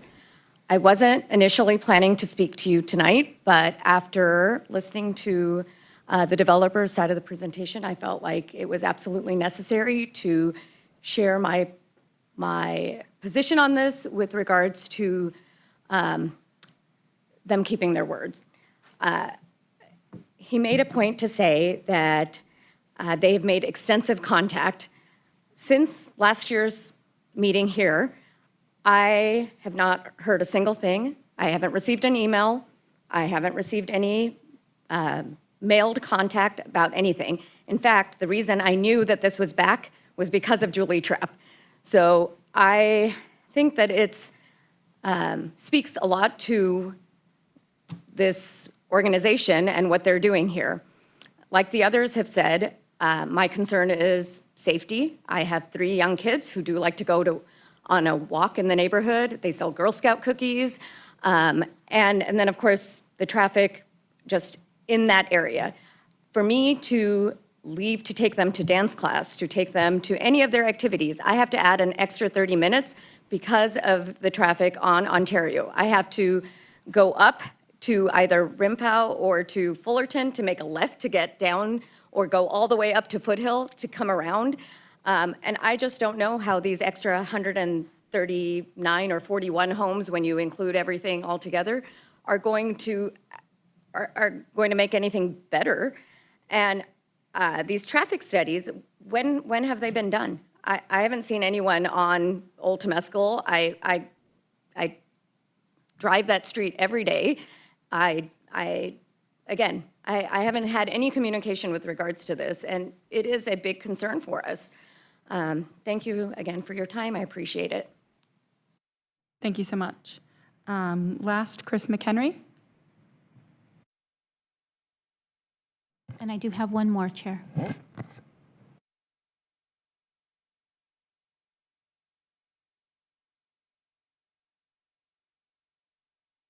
Going to yield my time, but it seems like I couldn't, so I would just like to voice my opposition to the project based on the safety, and I don't think enough traffic study was done during peak hours.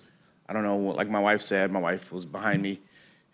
There's tons of traffic going down the street, and the ramp up, it's like a ramp of like Dukes and Hazards. So we're gonna have more and more cars jumping, and it's very unsafe for our kids. So that's all I have to say. Thank you. Thank you so much. And then the last card. Yes, Sarah Mustafa.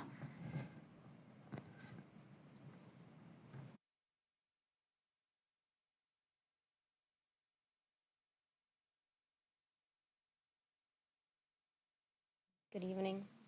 Good evening. Thank you for your time and attention to this matter today. I'm a new resident to this neighborhood. We're currently residents of Laurel Canyon, just under a year. I'm also a mother of a small child whom I'd like to see be able to safely walk the streets at some point in the near future.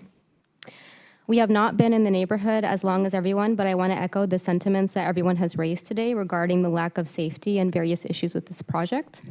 My biggest issue with where we are today is the lack of a second egress. We are indeed stuck, and this is something that cannot be gambled with. While we cannot go back in time to change how the neighborhood was initially built, you can condition the project in a safer manner. And I'd echo all the safety measures recommended by the commission to date and in particular, the recommendation by Commissioner Karen Alexander to condition this project to absolutely allow current residents at least a second exit through the property. That is my time for today. Thank you for your consideration. Thank you so much. Any additional? No, Chair. All right, thank you so much. With that, the public hearing is now closed. Are there questions or comments from my colleagues? I'm just wondering if any of my colleagues feel need to talk to the applicant at all. I would like to hear from the applicant based upon a strong statement that was opened about Mr. Salazar and his participation in all of this. I'd like to hear how that can be addressed and countered, because he doesn't sound like the same Mr. Salazar. Right. I had the same question. I'm confused as all get up. So I think, I also have follow-up questions from the public comment to staff about validation of some of the comments. I don't know what order we want to go in. let's start with staff. Okay. Just so I could understand from just the feedback we received, and not in any order, I'm just quickly writing things down, but the comment about Shadow Valley Drive, whether it was gated or not, is it definitely in this application a fact that that road will be built and approved by the county and usable by this development? Shadow Valley is proposed to be gated. Staff has had multiple discussions with County Transportation on this. County Transportation has not objected to using Shadow Valley. It just has to be constructed per their standard. Is that true? So this project has had a lot of history with gate, no gate. I think there's a struggle between no desire for additional traffic on streets that are used by residents daily, depending on which side you are. And county and city have gone back and forth on what can be done here. I think what's before you today is a proposal to do gates on Shadow Valley Drive at the southern end, a gate at the northern end of the project that's in the city.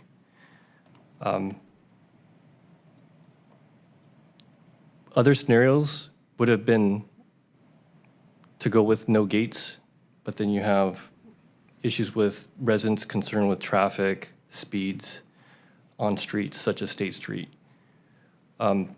So what you have today is gates at the southern end, to answer your question, in the county. It is property that's owned by the same person who's proposing this map. There is public right-of-way today. The configuration of the street is different than what's shown on the map. So the existing right-of-way that's there would need to be vacated, and they need to rededicate right-of-way for the street as it's shown in their design. And that would be okay, because the city can condition for that. They are in control of that area, and they can vacate that through the county and then propose new dedication of right-of-way to accommodate this street. With the gates, the streets internal within the gates are all considered private. Thank you. So I almost take that as the road is not a guaranteed approval then? The vacation process would require a public hearing potential with the county on Shadow Valley Drive. So yeah, so it's not, there is a possibility that it would not be approved for public use of this development. Right, because of that Potentially. action that's required. Okay, thank you on that. There was a comment, and maybe for staff, if you to characterize the application with the county. So this development's application with the county, we were told, was on hold. Could, Ms. Vanyan, potentially, could you explain what's happening with that application with the county? So we are informed by the applicant's team that the application in the county is currently on hold. He's not pursuing that project until until this project gets approved, essentially. And that's all that we know. Okay.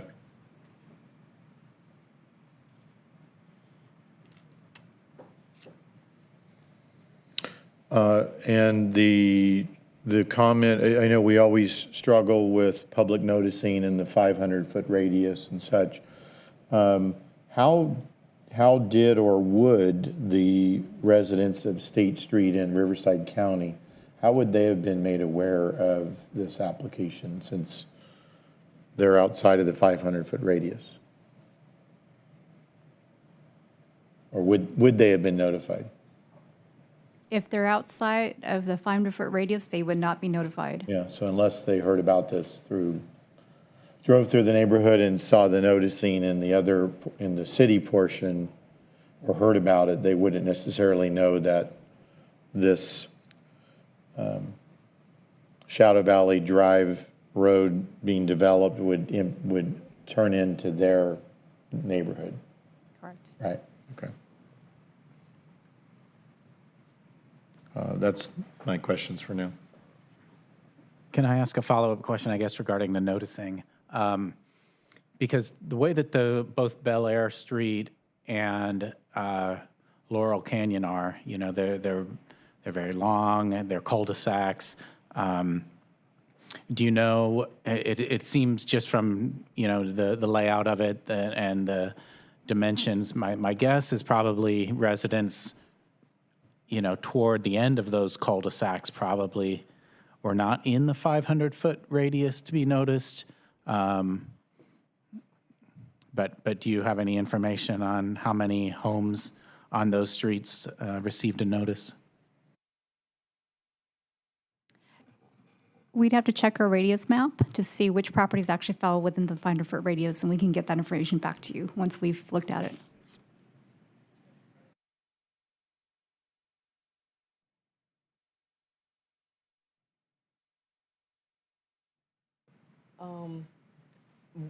To be clear, with State Street not being, and I understand, Ms. Coletta, we can't condition the county to do anything as it relates to this development. We have the responsibility here today to recall dangerous situations, exits in the most bizarre places with hazards and people dying. We have that responsibility here, and it's not settling well with me at all.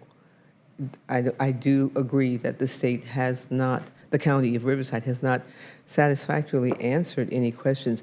To have an open-ended time frame, then that's not good. We have to compel the county to work with the city of Corona, or else this is dead. And thank you very much to both contractors, Mr. Salazar and the other gentleman. I have a background in construction, and you brought home some things. We cannot get away with this. We cannot do this as small business owners. Why are we allowing this to happen? I had a couple of questions regarding the timing, because my thought is, after speaking to the residents the last time around, is all the heavy equipment was brought in on Laurel Canyon from the property, and then they were, the damage to the streets, they were promised this, then that, and the heavy equipment.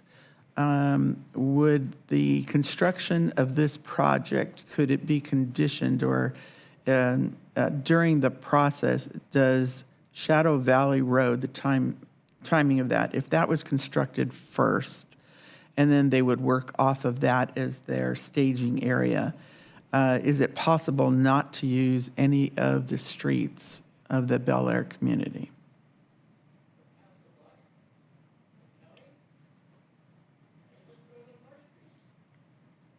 The reason why I'm asking is because here we're asking this community to take on another burden by an entity that has burned them in the past.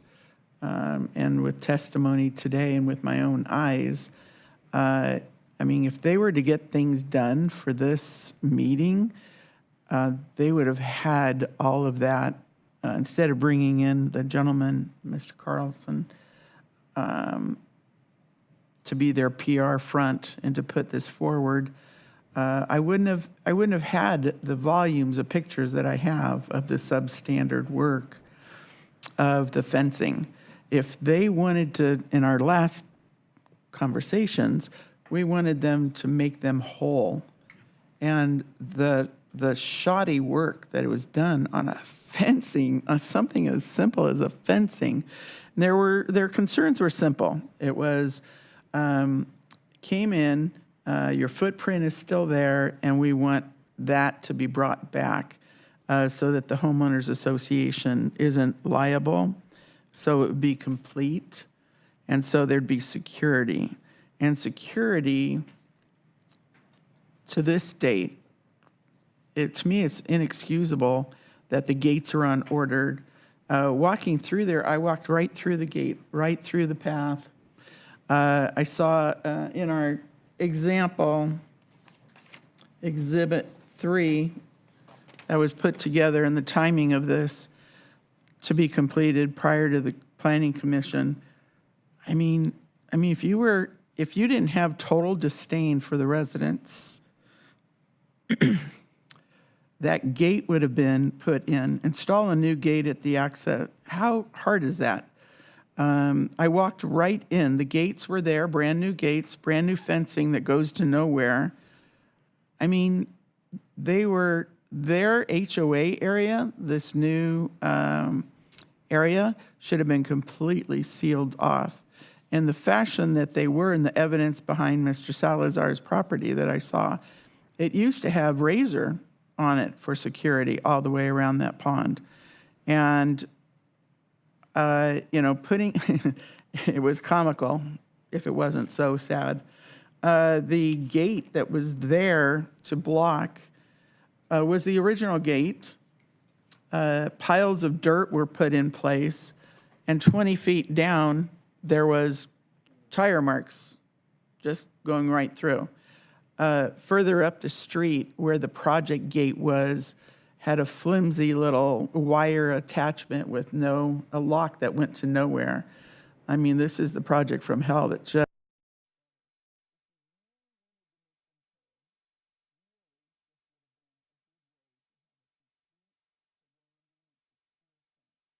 residents talk about coyotes that come into their property because the gate isn't there. These are families with kids. They have transients coming through their property they've had to shoo off.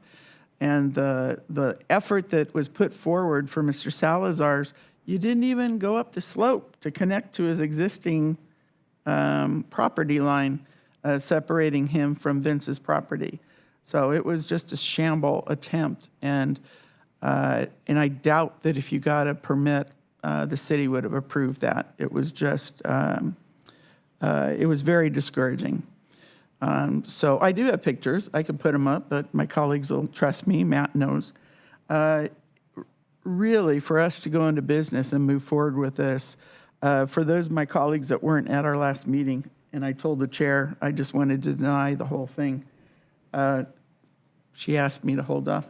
So having faith is what the question was, of which I have none.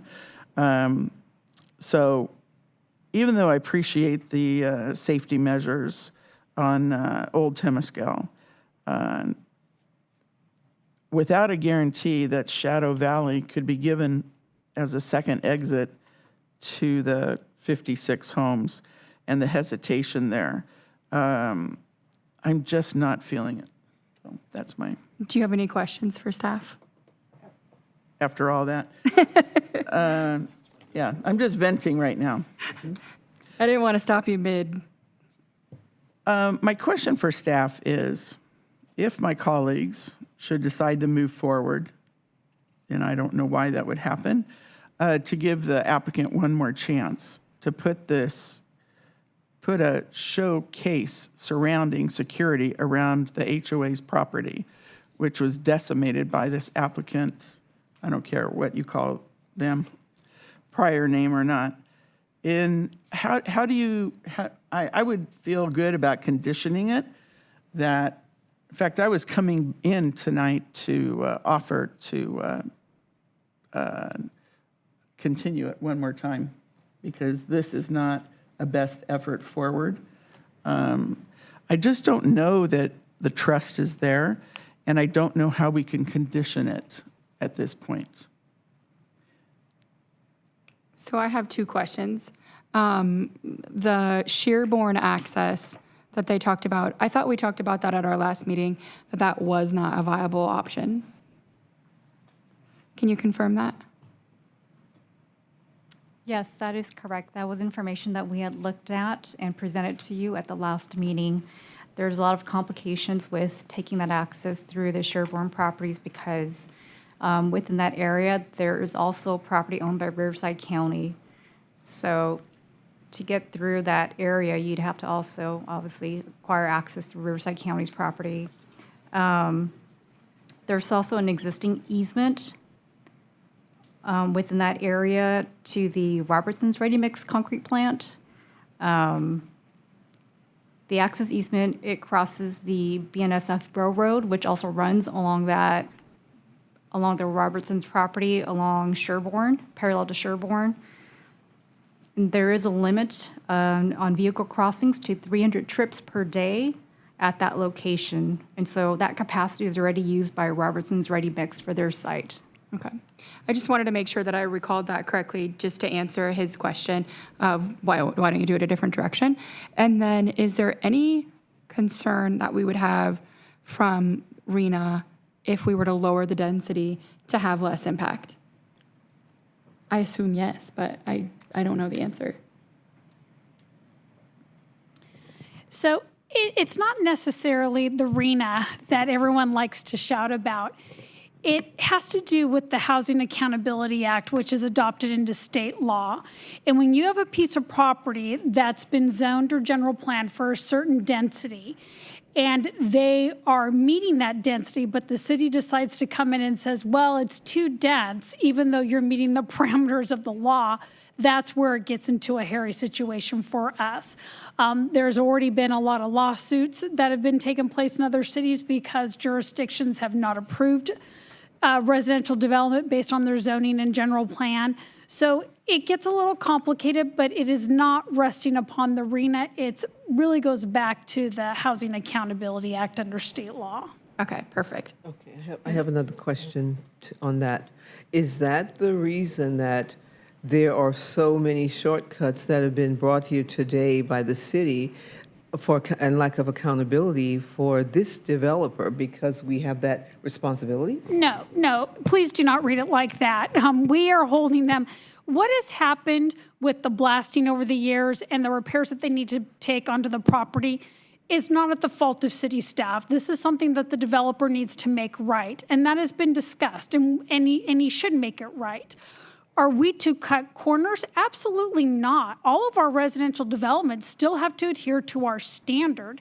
It's a matter of making an arbitrary decision as to why it shouldn't be developed based on the way that it's zoned in general plan. So don't ever take it like we're just cutting corners, because we are not doing that. We don't present you projects that way. So there's a lot going on here, but it's really coming down to the HHA, and that's all that I'm here to tell you about. It's not that we're going to fail in RENA or anything like that. I had a question for Ms. Vanyan. Is there any advantage for this part of the project if we were to continue it and wait for the applicant to process through county? What's the advantage? Is there any? I guess the only advantage would be to allow the applicant to continue to resolve these unresolved issues with the Bel Air residents. But I don't know what else more we can do regarding Old Temesco or Shadow Valley or State Street. I had a comment on that in the opening comments. Any other questions? I'm I just sorry. want to make sure we stick with, wrap up the questions so we can have the conversation. Does anyone have any more questions for I did have staff? questions. If the project, the status that it's in right now, for example, the slopes and the condition, the fire hazard it's in right now, if the project were to move forward, would what would it take to get those back to, what is, I know that's more of a precise plan, but for example, what else would need to happen? And there was a comment, one of the earlier meetings about sewer is not set up there for the 103 homes. And if they had such a hard time with the other infrastructure, would that be more blasting? Peter, I don't believe additional blasting is necessary, but I'm gonna have to have the applicant confirm that. I don't know if Peter knows. I mean, if it's as solid granite as it's been described. I think there may be some minimal blasting that's necessary for the to sewer lines. Put the lines but in, right? We don't anticipate it to be like the first time around where they had to really cut into the slopes. I mean, my understanding is that the in-track sewer has not been installed. I'm not aware of additional blasting. That would obviously require permits through the city if additional blasting were necessary for installation of sewer. While we have you here, does anyone have questions for the applicant? Thank you. Thank you. I did want to get back to Commissioner Woody's question regarding the noticing. Approximately 70 notices went out to property owners and occupants, and their radius, the 500-foot radius, did not reach all the way to the ends of those two cul-de-sacs. Okay, thank you for looking into that for me. I appreciate it. Could I? Yes. So are we open to summarizing our thoughts? Is everyone done with questions? Do you have a question? Because we'll wait for it. Oh, okay. No questions? Okay, so we'll go to discussion. Do you want to start us? Sure. So I think it's important that we always walk into an applicant meeting like this with a very open mind and take in feedback from the staff, from the applicant, from the public. So I never make a decision up until I've really absorbed it. And I made note of the fact that this was first heard on December 11th of '23. We continued it on or around February 12th of '24. And here we are now, what is that, 15 months later. And frankly, to hear that when part of the continuance was specifically to address neighborhood concerns, and not all of them are always going to be able to be addressed, but to have a discussion about fencing, and Mr. Salazar and the other gentleman that spoke about it, and that was a lightweight construction fence that was put in probably 2 days' time. I would have thought that the applicant on February 13th of 2024 would have immediately started to remedy these concerns. That would be my first point. Not just so it looks great for an application meeting like tonight, you know, a month before the meeting, let's get the fences in, which I think that's what's happened. Number two, I think of greatest concern is the access. So everyone's always talking about traffic. We all have traffic. I have traffic. I live on Green River Road. I hate the Foothill Corridor and being installed because it takes me an hour to get on the freeway. But everyone has traffic, but we do have safety issues. And when I look at Old Temescal Road at a choke point of 27 feet at its narrowest point, and to think that nothing's going to happen with that, and then to layer on the fact, which I had believed that Shadow Valley Drive was a real road that was going to be installed. Potentially, that's not the case. There is no affirmation that that road is part of this application. It's a separate permit and approval process that's subject to Riverside County's purview and hearing on if that road can even be installed. So potentially, this project has one point of access. Old Temescal Road that's 27 feet wide with no curbs, no lights, no sidewalks, none of that. And to me, I think, Commissioner Alexander, you talked about can we condition this pending upon the Riverside County part of the project? I don't think that's our responsibility. Our responsibility is to weigh the project as it stands before us today. And I personally don't feel we should continue it for a third time when the first two times, frankly, staff has done a lot, but I don't think, and quite honestly, this is the first meeting where the public, they had their facts down. That's why I asked the questions on some of the comments was, is it true that these items existed, that the road was not approved in? No, that statement was correct.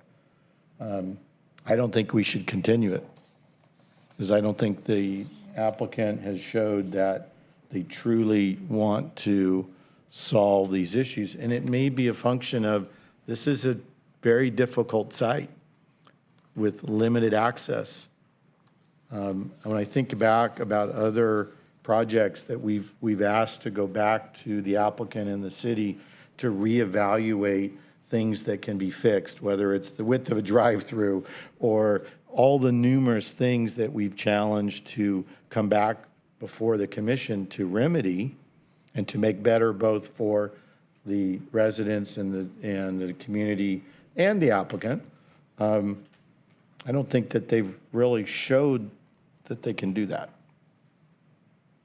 And so I walked into this with a very different state of mind, that I don't see this being a viable application. Commissioner Woody, do you want to go next? No, go ahead.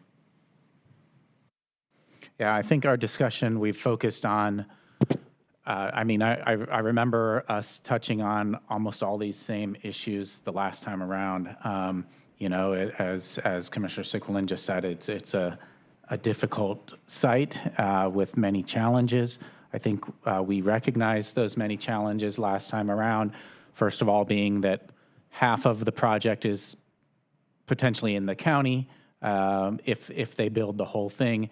And we didn't really delve into that tonight, but, would the second half be built, to the same standards, to the same look as the city side?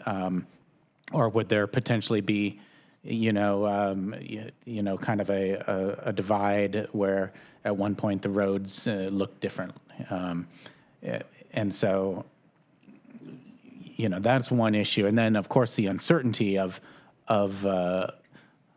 the Shadow Valley Drive. I think last time, originally, the access gate was going to be at the end of the city, at the city-county line, and then, and one of our concerns was, well, then you're having sort of a dead-end road you're creating from off of State Street, where somebody would have to drive up a dark road and then run into a gate and have to turn around. And then we're hearing, there is potentially the aspect where the Shadow Valley Drive is not a done deal. And obviously, if it didn't make it through the county review, the fire department here requires it for this project, which would then put the project in, unbuildable. So that was an issue. The traffic issues, I think I reviewed the traffic study from a few years ago. I reviewed the original traffic study from from the 2014 approval. I think both of them probably have some questionable aspects to it, like the idea of that 103 homes are only going to create a certain number of these trips. The number seems really low. I don't know how they come about that. I assume they have a standard, method they use, but it just doesn't seem to pass muster with me. The two studies conducted, almost a decade apart were almost exactly the same, and yet Corona and its traffic is much different in that time. So I understand that, that area is mostly built, but, the Yeah, I find that really questionable, and and then of course that doesn't even take into account Old Temescal Road, the narrowness, the danger associated with that crest, and yeah, I mean, honestly, if I would be more comfortable with this project if Old Temescal was the emergency exit and, Shadow Valley and State Street was the primary access. Of course, that's not a great design either, especially for the county residents down there. But I think it just goes to show that this project has some major flaws to it. And, I don't think, that hasn't been addressed. There's been no change really to that. And then, of course, one of the main things we talked about was the residents' concerns, the history where the developer did not, act in a fair, scrupulous manner, left trash, caused damages, and didn't do anything about it. And we gave pretty clear instruction. Try to fix it. Make some good faith efforts to fix it. We got the report from Mr. Carlson that kind of detailed the 61 points of contact, many of which were kind of not much to them. They were emails sent up that didn't get follow-ups. I think they only tried to contact the people who submitted speaker cards at the previous hearing. So, for example, Ms. Joshi, who spoke, said she was unaware of it, and that's because nobody went door to door to knock on the 50 doors that were there. I mean, that could have been done in a day. Knock on the door, leave a note saying, "Call me. We want to talk to you about this." So everybody in that neighborhood could have easily been notified and contacted by the applicant, by the firm,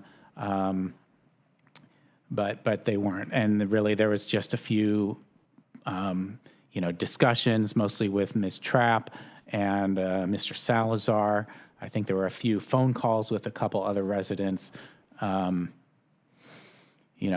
yeah, as far as Mr. Salazar goes and his, the fencing, he's the HOA president now too. So, he had kind of a dual role where his personal fence was damaged and never got repaired. And then the HOA fencing needed some repairs and replacements. And, being there on site and seeing the kind of work that was done, it was really just unacceptable.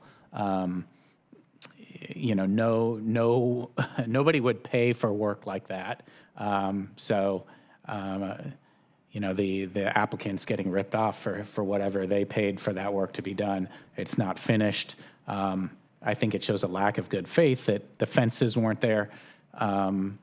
The gates, at least, the fences weren't finished, the gates weren't done.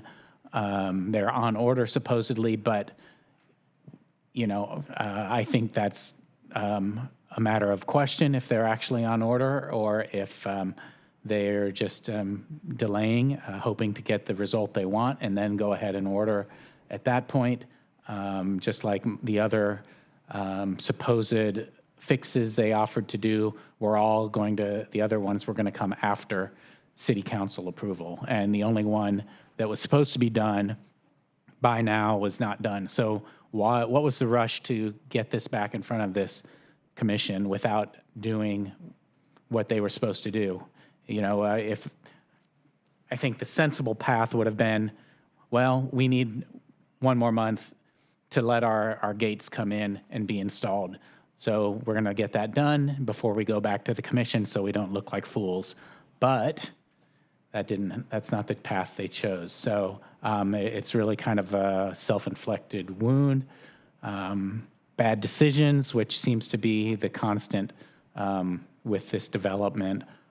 So when I was hearing my colleagues talk about conditions earlier, particularly Vice Chair, I just, after hearing everything we were hearing, I was struggling to see how we can condition something that's so flawed that the applicant doesn't take seriously, So that's kind of where I'm at. I don't see how this gets fixed by conditions. I don't see how it gets fixed by giving them more time because they'll just squander it like they've done for the last decade, so. Commissioner Vernon? Short and sweet. I conducted my own personal traffic study when it was brought to us 15 months ago, sitting at Ontario and State, because I was consulting a client who has that vacant lot there, and he's proposing to come before the commission one day in life, I guess, to build something. There's going to be at minimum 3 cars per household, at minimum, if not more, because they're on nearly, quarter of an acre. So there's going to be some cars there. But the cars, the traffic study, and I saw the report, but it looked like it was conducted in 2023. I'm not sure if it said to date 2025, but just El Cerrito, that road, the off-ramp Magnolia is from the express lane. It's wild. It's not necessary to do this again. I would advise, before ever bringing this back, if I'm on this commission, Ms. Trapp and Mr. Salazar needs to be your consultants who really know their area, not to bring someone that's a for-hire person. Bring someone that really knows and show respect for the people that you're about to go into their community. It's a no for me, with no conditions. Thank you, Chair. When we had our last meeting, it was just the 3 of us, and I said no. I wanted to deny it and to give another chance, and I think that was plundered. I think one of the first things reading, first off, I want to say thanks to the staff. After the meeting, I really thought, okay, maybe I'm rushing this, maybe the chairs, we're supposed to be vetting this out. And I really think staff did a admirable job coming up with safety for Old Temescal. It is what it is, right? So that really got me thinking. In fact, I spent like 2.5 hours out there driving it in the daytime, the night, trying to take that all in. What would that look like? And that's because, I said from the very beginning, this thing with county and city is just, I'm not a fan. I never have been, not this project alone, but other ones. And one developer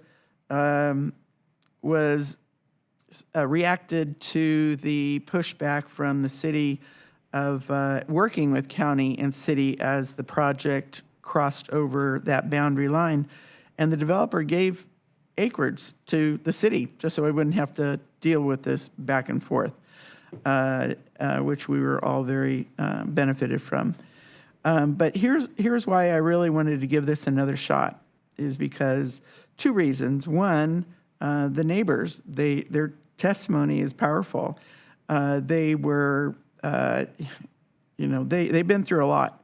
And I just thought, man, looking at the timetable of when their fences were going to come in and the rocks are going to be moved and, get their neighborhood back to where it was before they were trampled over by this project. And I wanted to make them whole.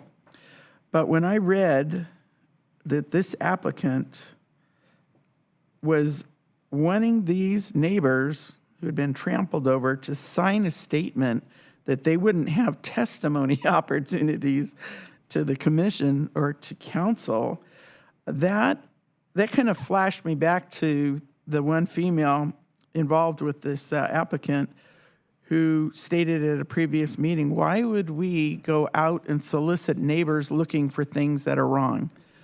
Why would we want to do that, take on more than we need to, basically?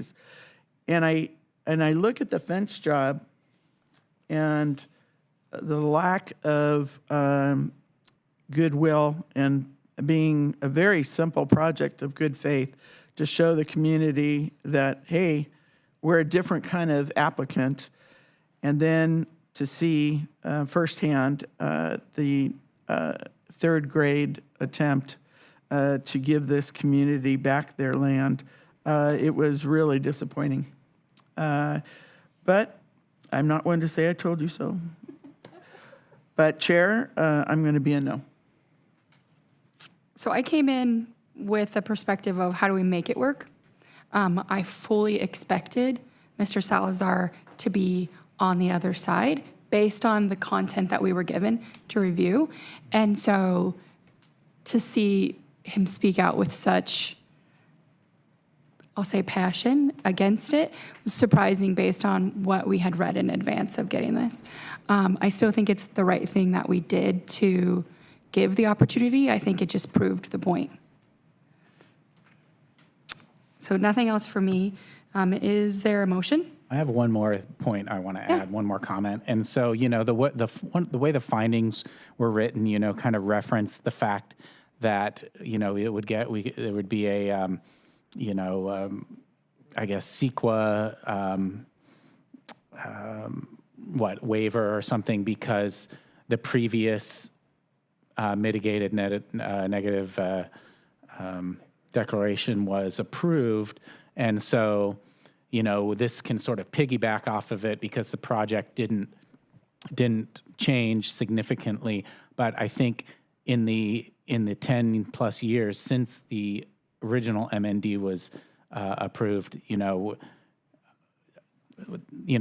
actual events that happened have proved that that MND was incorrect, and that there were significant effects that were not accounted for. Hindsight's always 20/20, but we should not revalidate something that has been proven to be incorrect. Well, the other thing I will add into this is I remember council talking about a project that was being considered by our neighbors to the north, and one of the things was the traffic that was going to leave their city and overwhelm our city streets. And when we look at this project, it's kind of doing the same thing. And I mean, how are we good neighbors when we bring a project like this and when there's so many points of contention for safety, which we can't ignore? I mean, did the best job, staff did a great job of trying to mitigate that. I just don't think we reach it, not with the volume of the cars, as Ms. Vernon brought up, that I agree with. So I think the overall is the safety. Even though I thought we could use the project to get the residents their second access to exit. And even though, I mean, I did talk to one of the neighbors and they said, just get it done. We're tired of looking at it, just get it done. And I don't know that you just look the other way with all of this testimony. If I could add one comment, we've all weighed in on our opinion, which I think we know where this will go. I guess one concern that now will exist should denial occur is the condition of this site and all of the issues that are related to it from the residents will not be fixed. So with this, there'll be no traffic signal improvements, there'll be no address.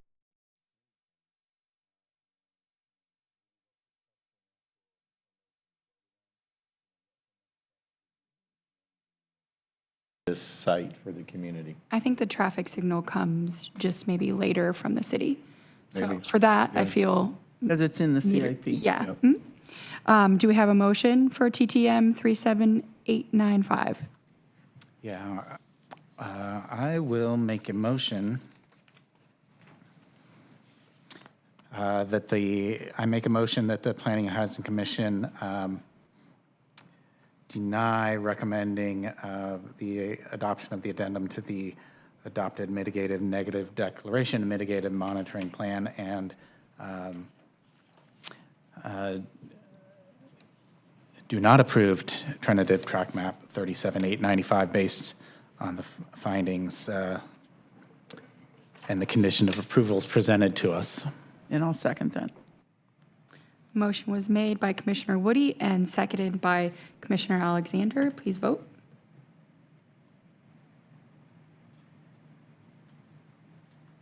So the way that this is Verbiage written, isn't- Yeah. It's the- different. the Sorry. verb- Well, it's Well, if I understand, different. we have to ask the staff to come back with a recommendation of denial, I believe, correct?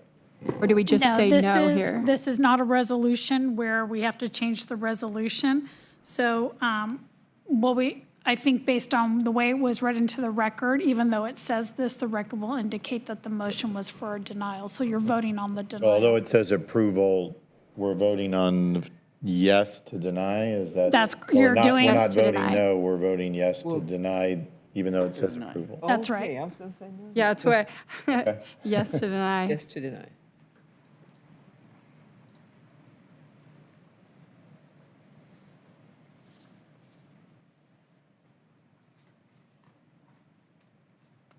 Okay, so it has not passed.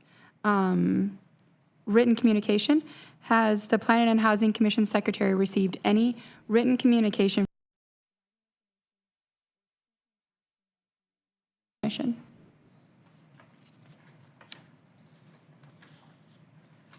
If we could finish the voting on this item, Oh. one moment. I had some I'm so technical sorry, I thought we difficulties. did. That's okay. Oh, it came up for me. Mine came up.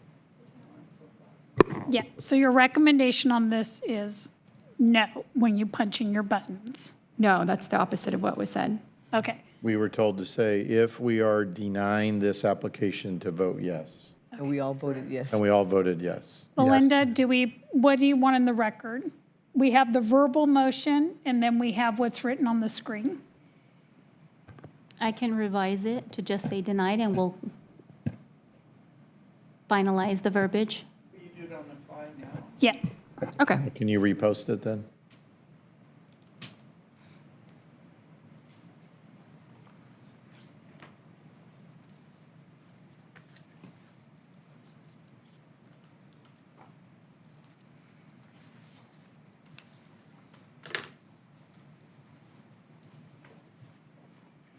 Sorry about that. No, we're sorry. Just want to be accurate. that's all.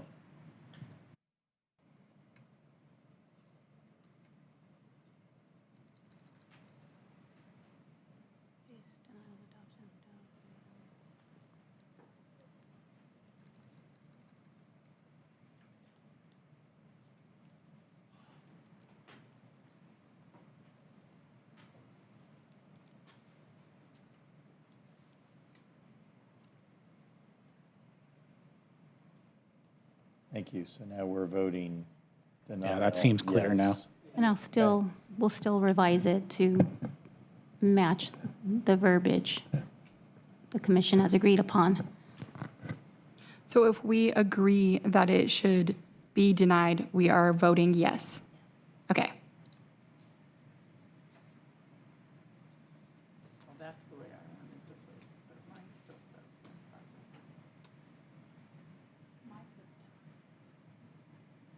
It did say denied, but it's still flashing. Yours is still coming up. Yeah, your screen must be locked, then mine cleared. Do you want to do it verbally? Ms. Capia? I punched the denial. I saw it Okay. denied, but it won't. It won't close the loop over here. Yeah. Yeah, let me place a new item for voting. One moment.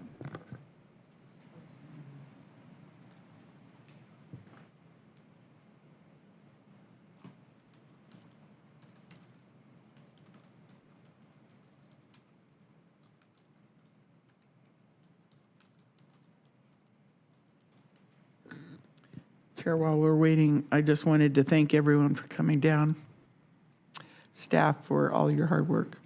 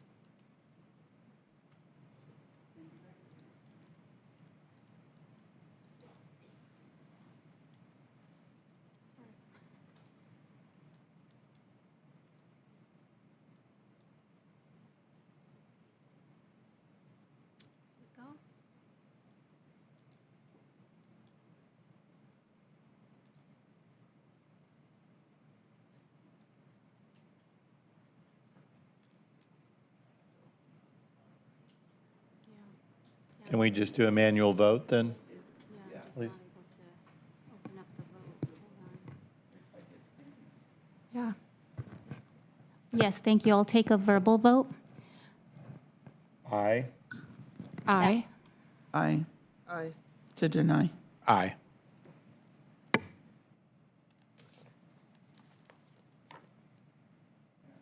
It's not saving.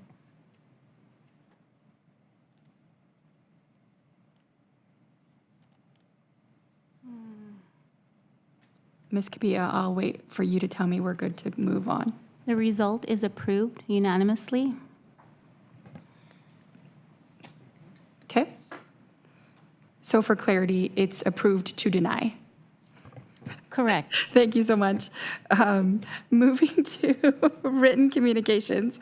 Has the Planning and Housing Commission Secretary received any written communication from persons providing information or seeking action by the Planning and Housing Commission? No, Chair Longwell. Thank you. Administrative reports. Mrs. Coletta, any reports? No reports?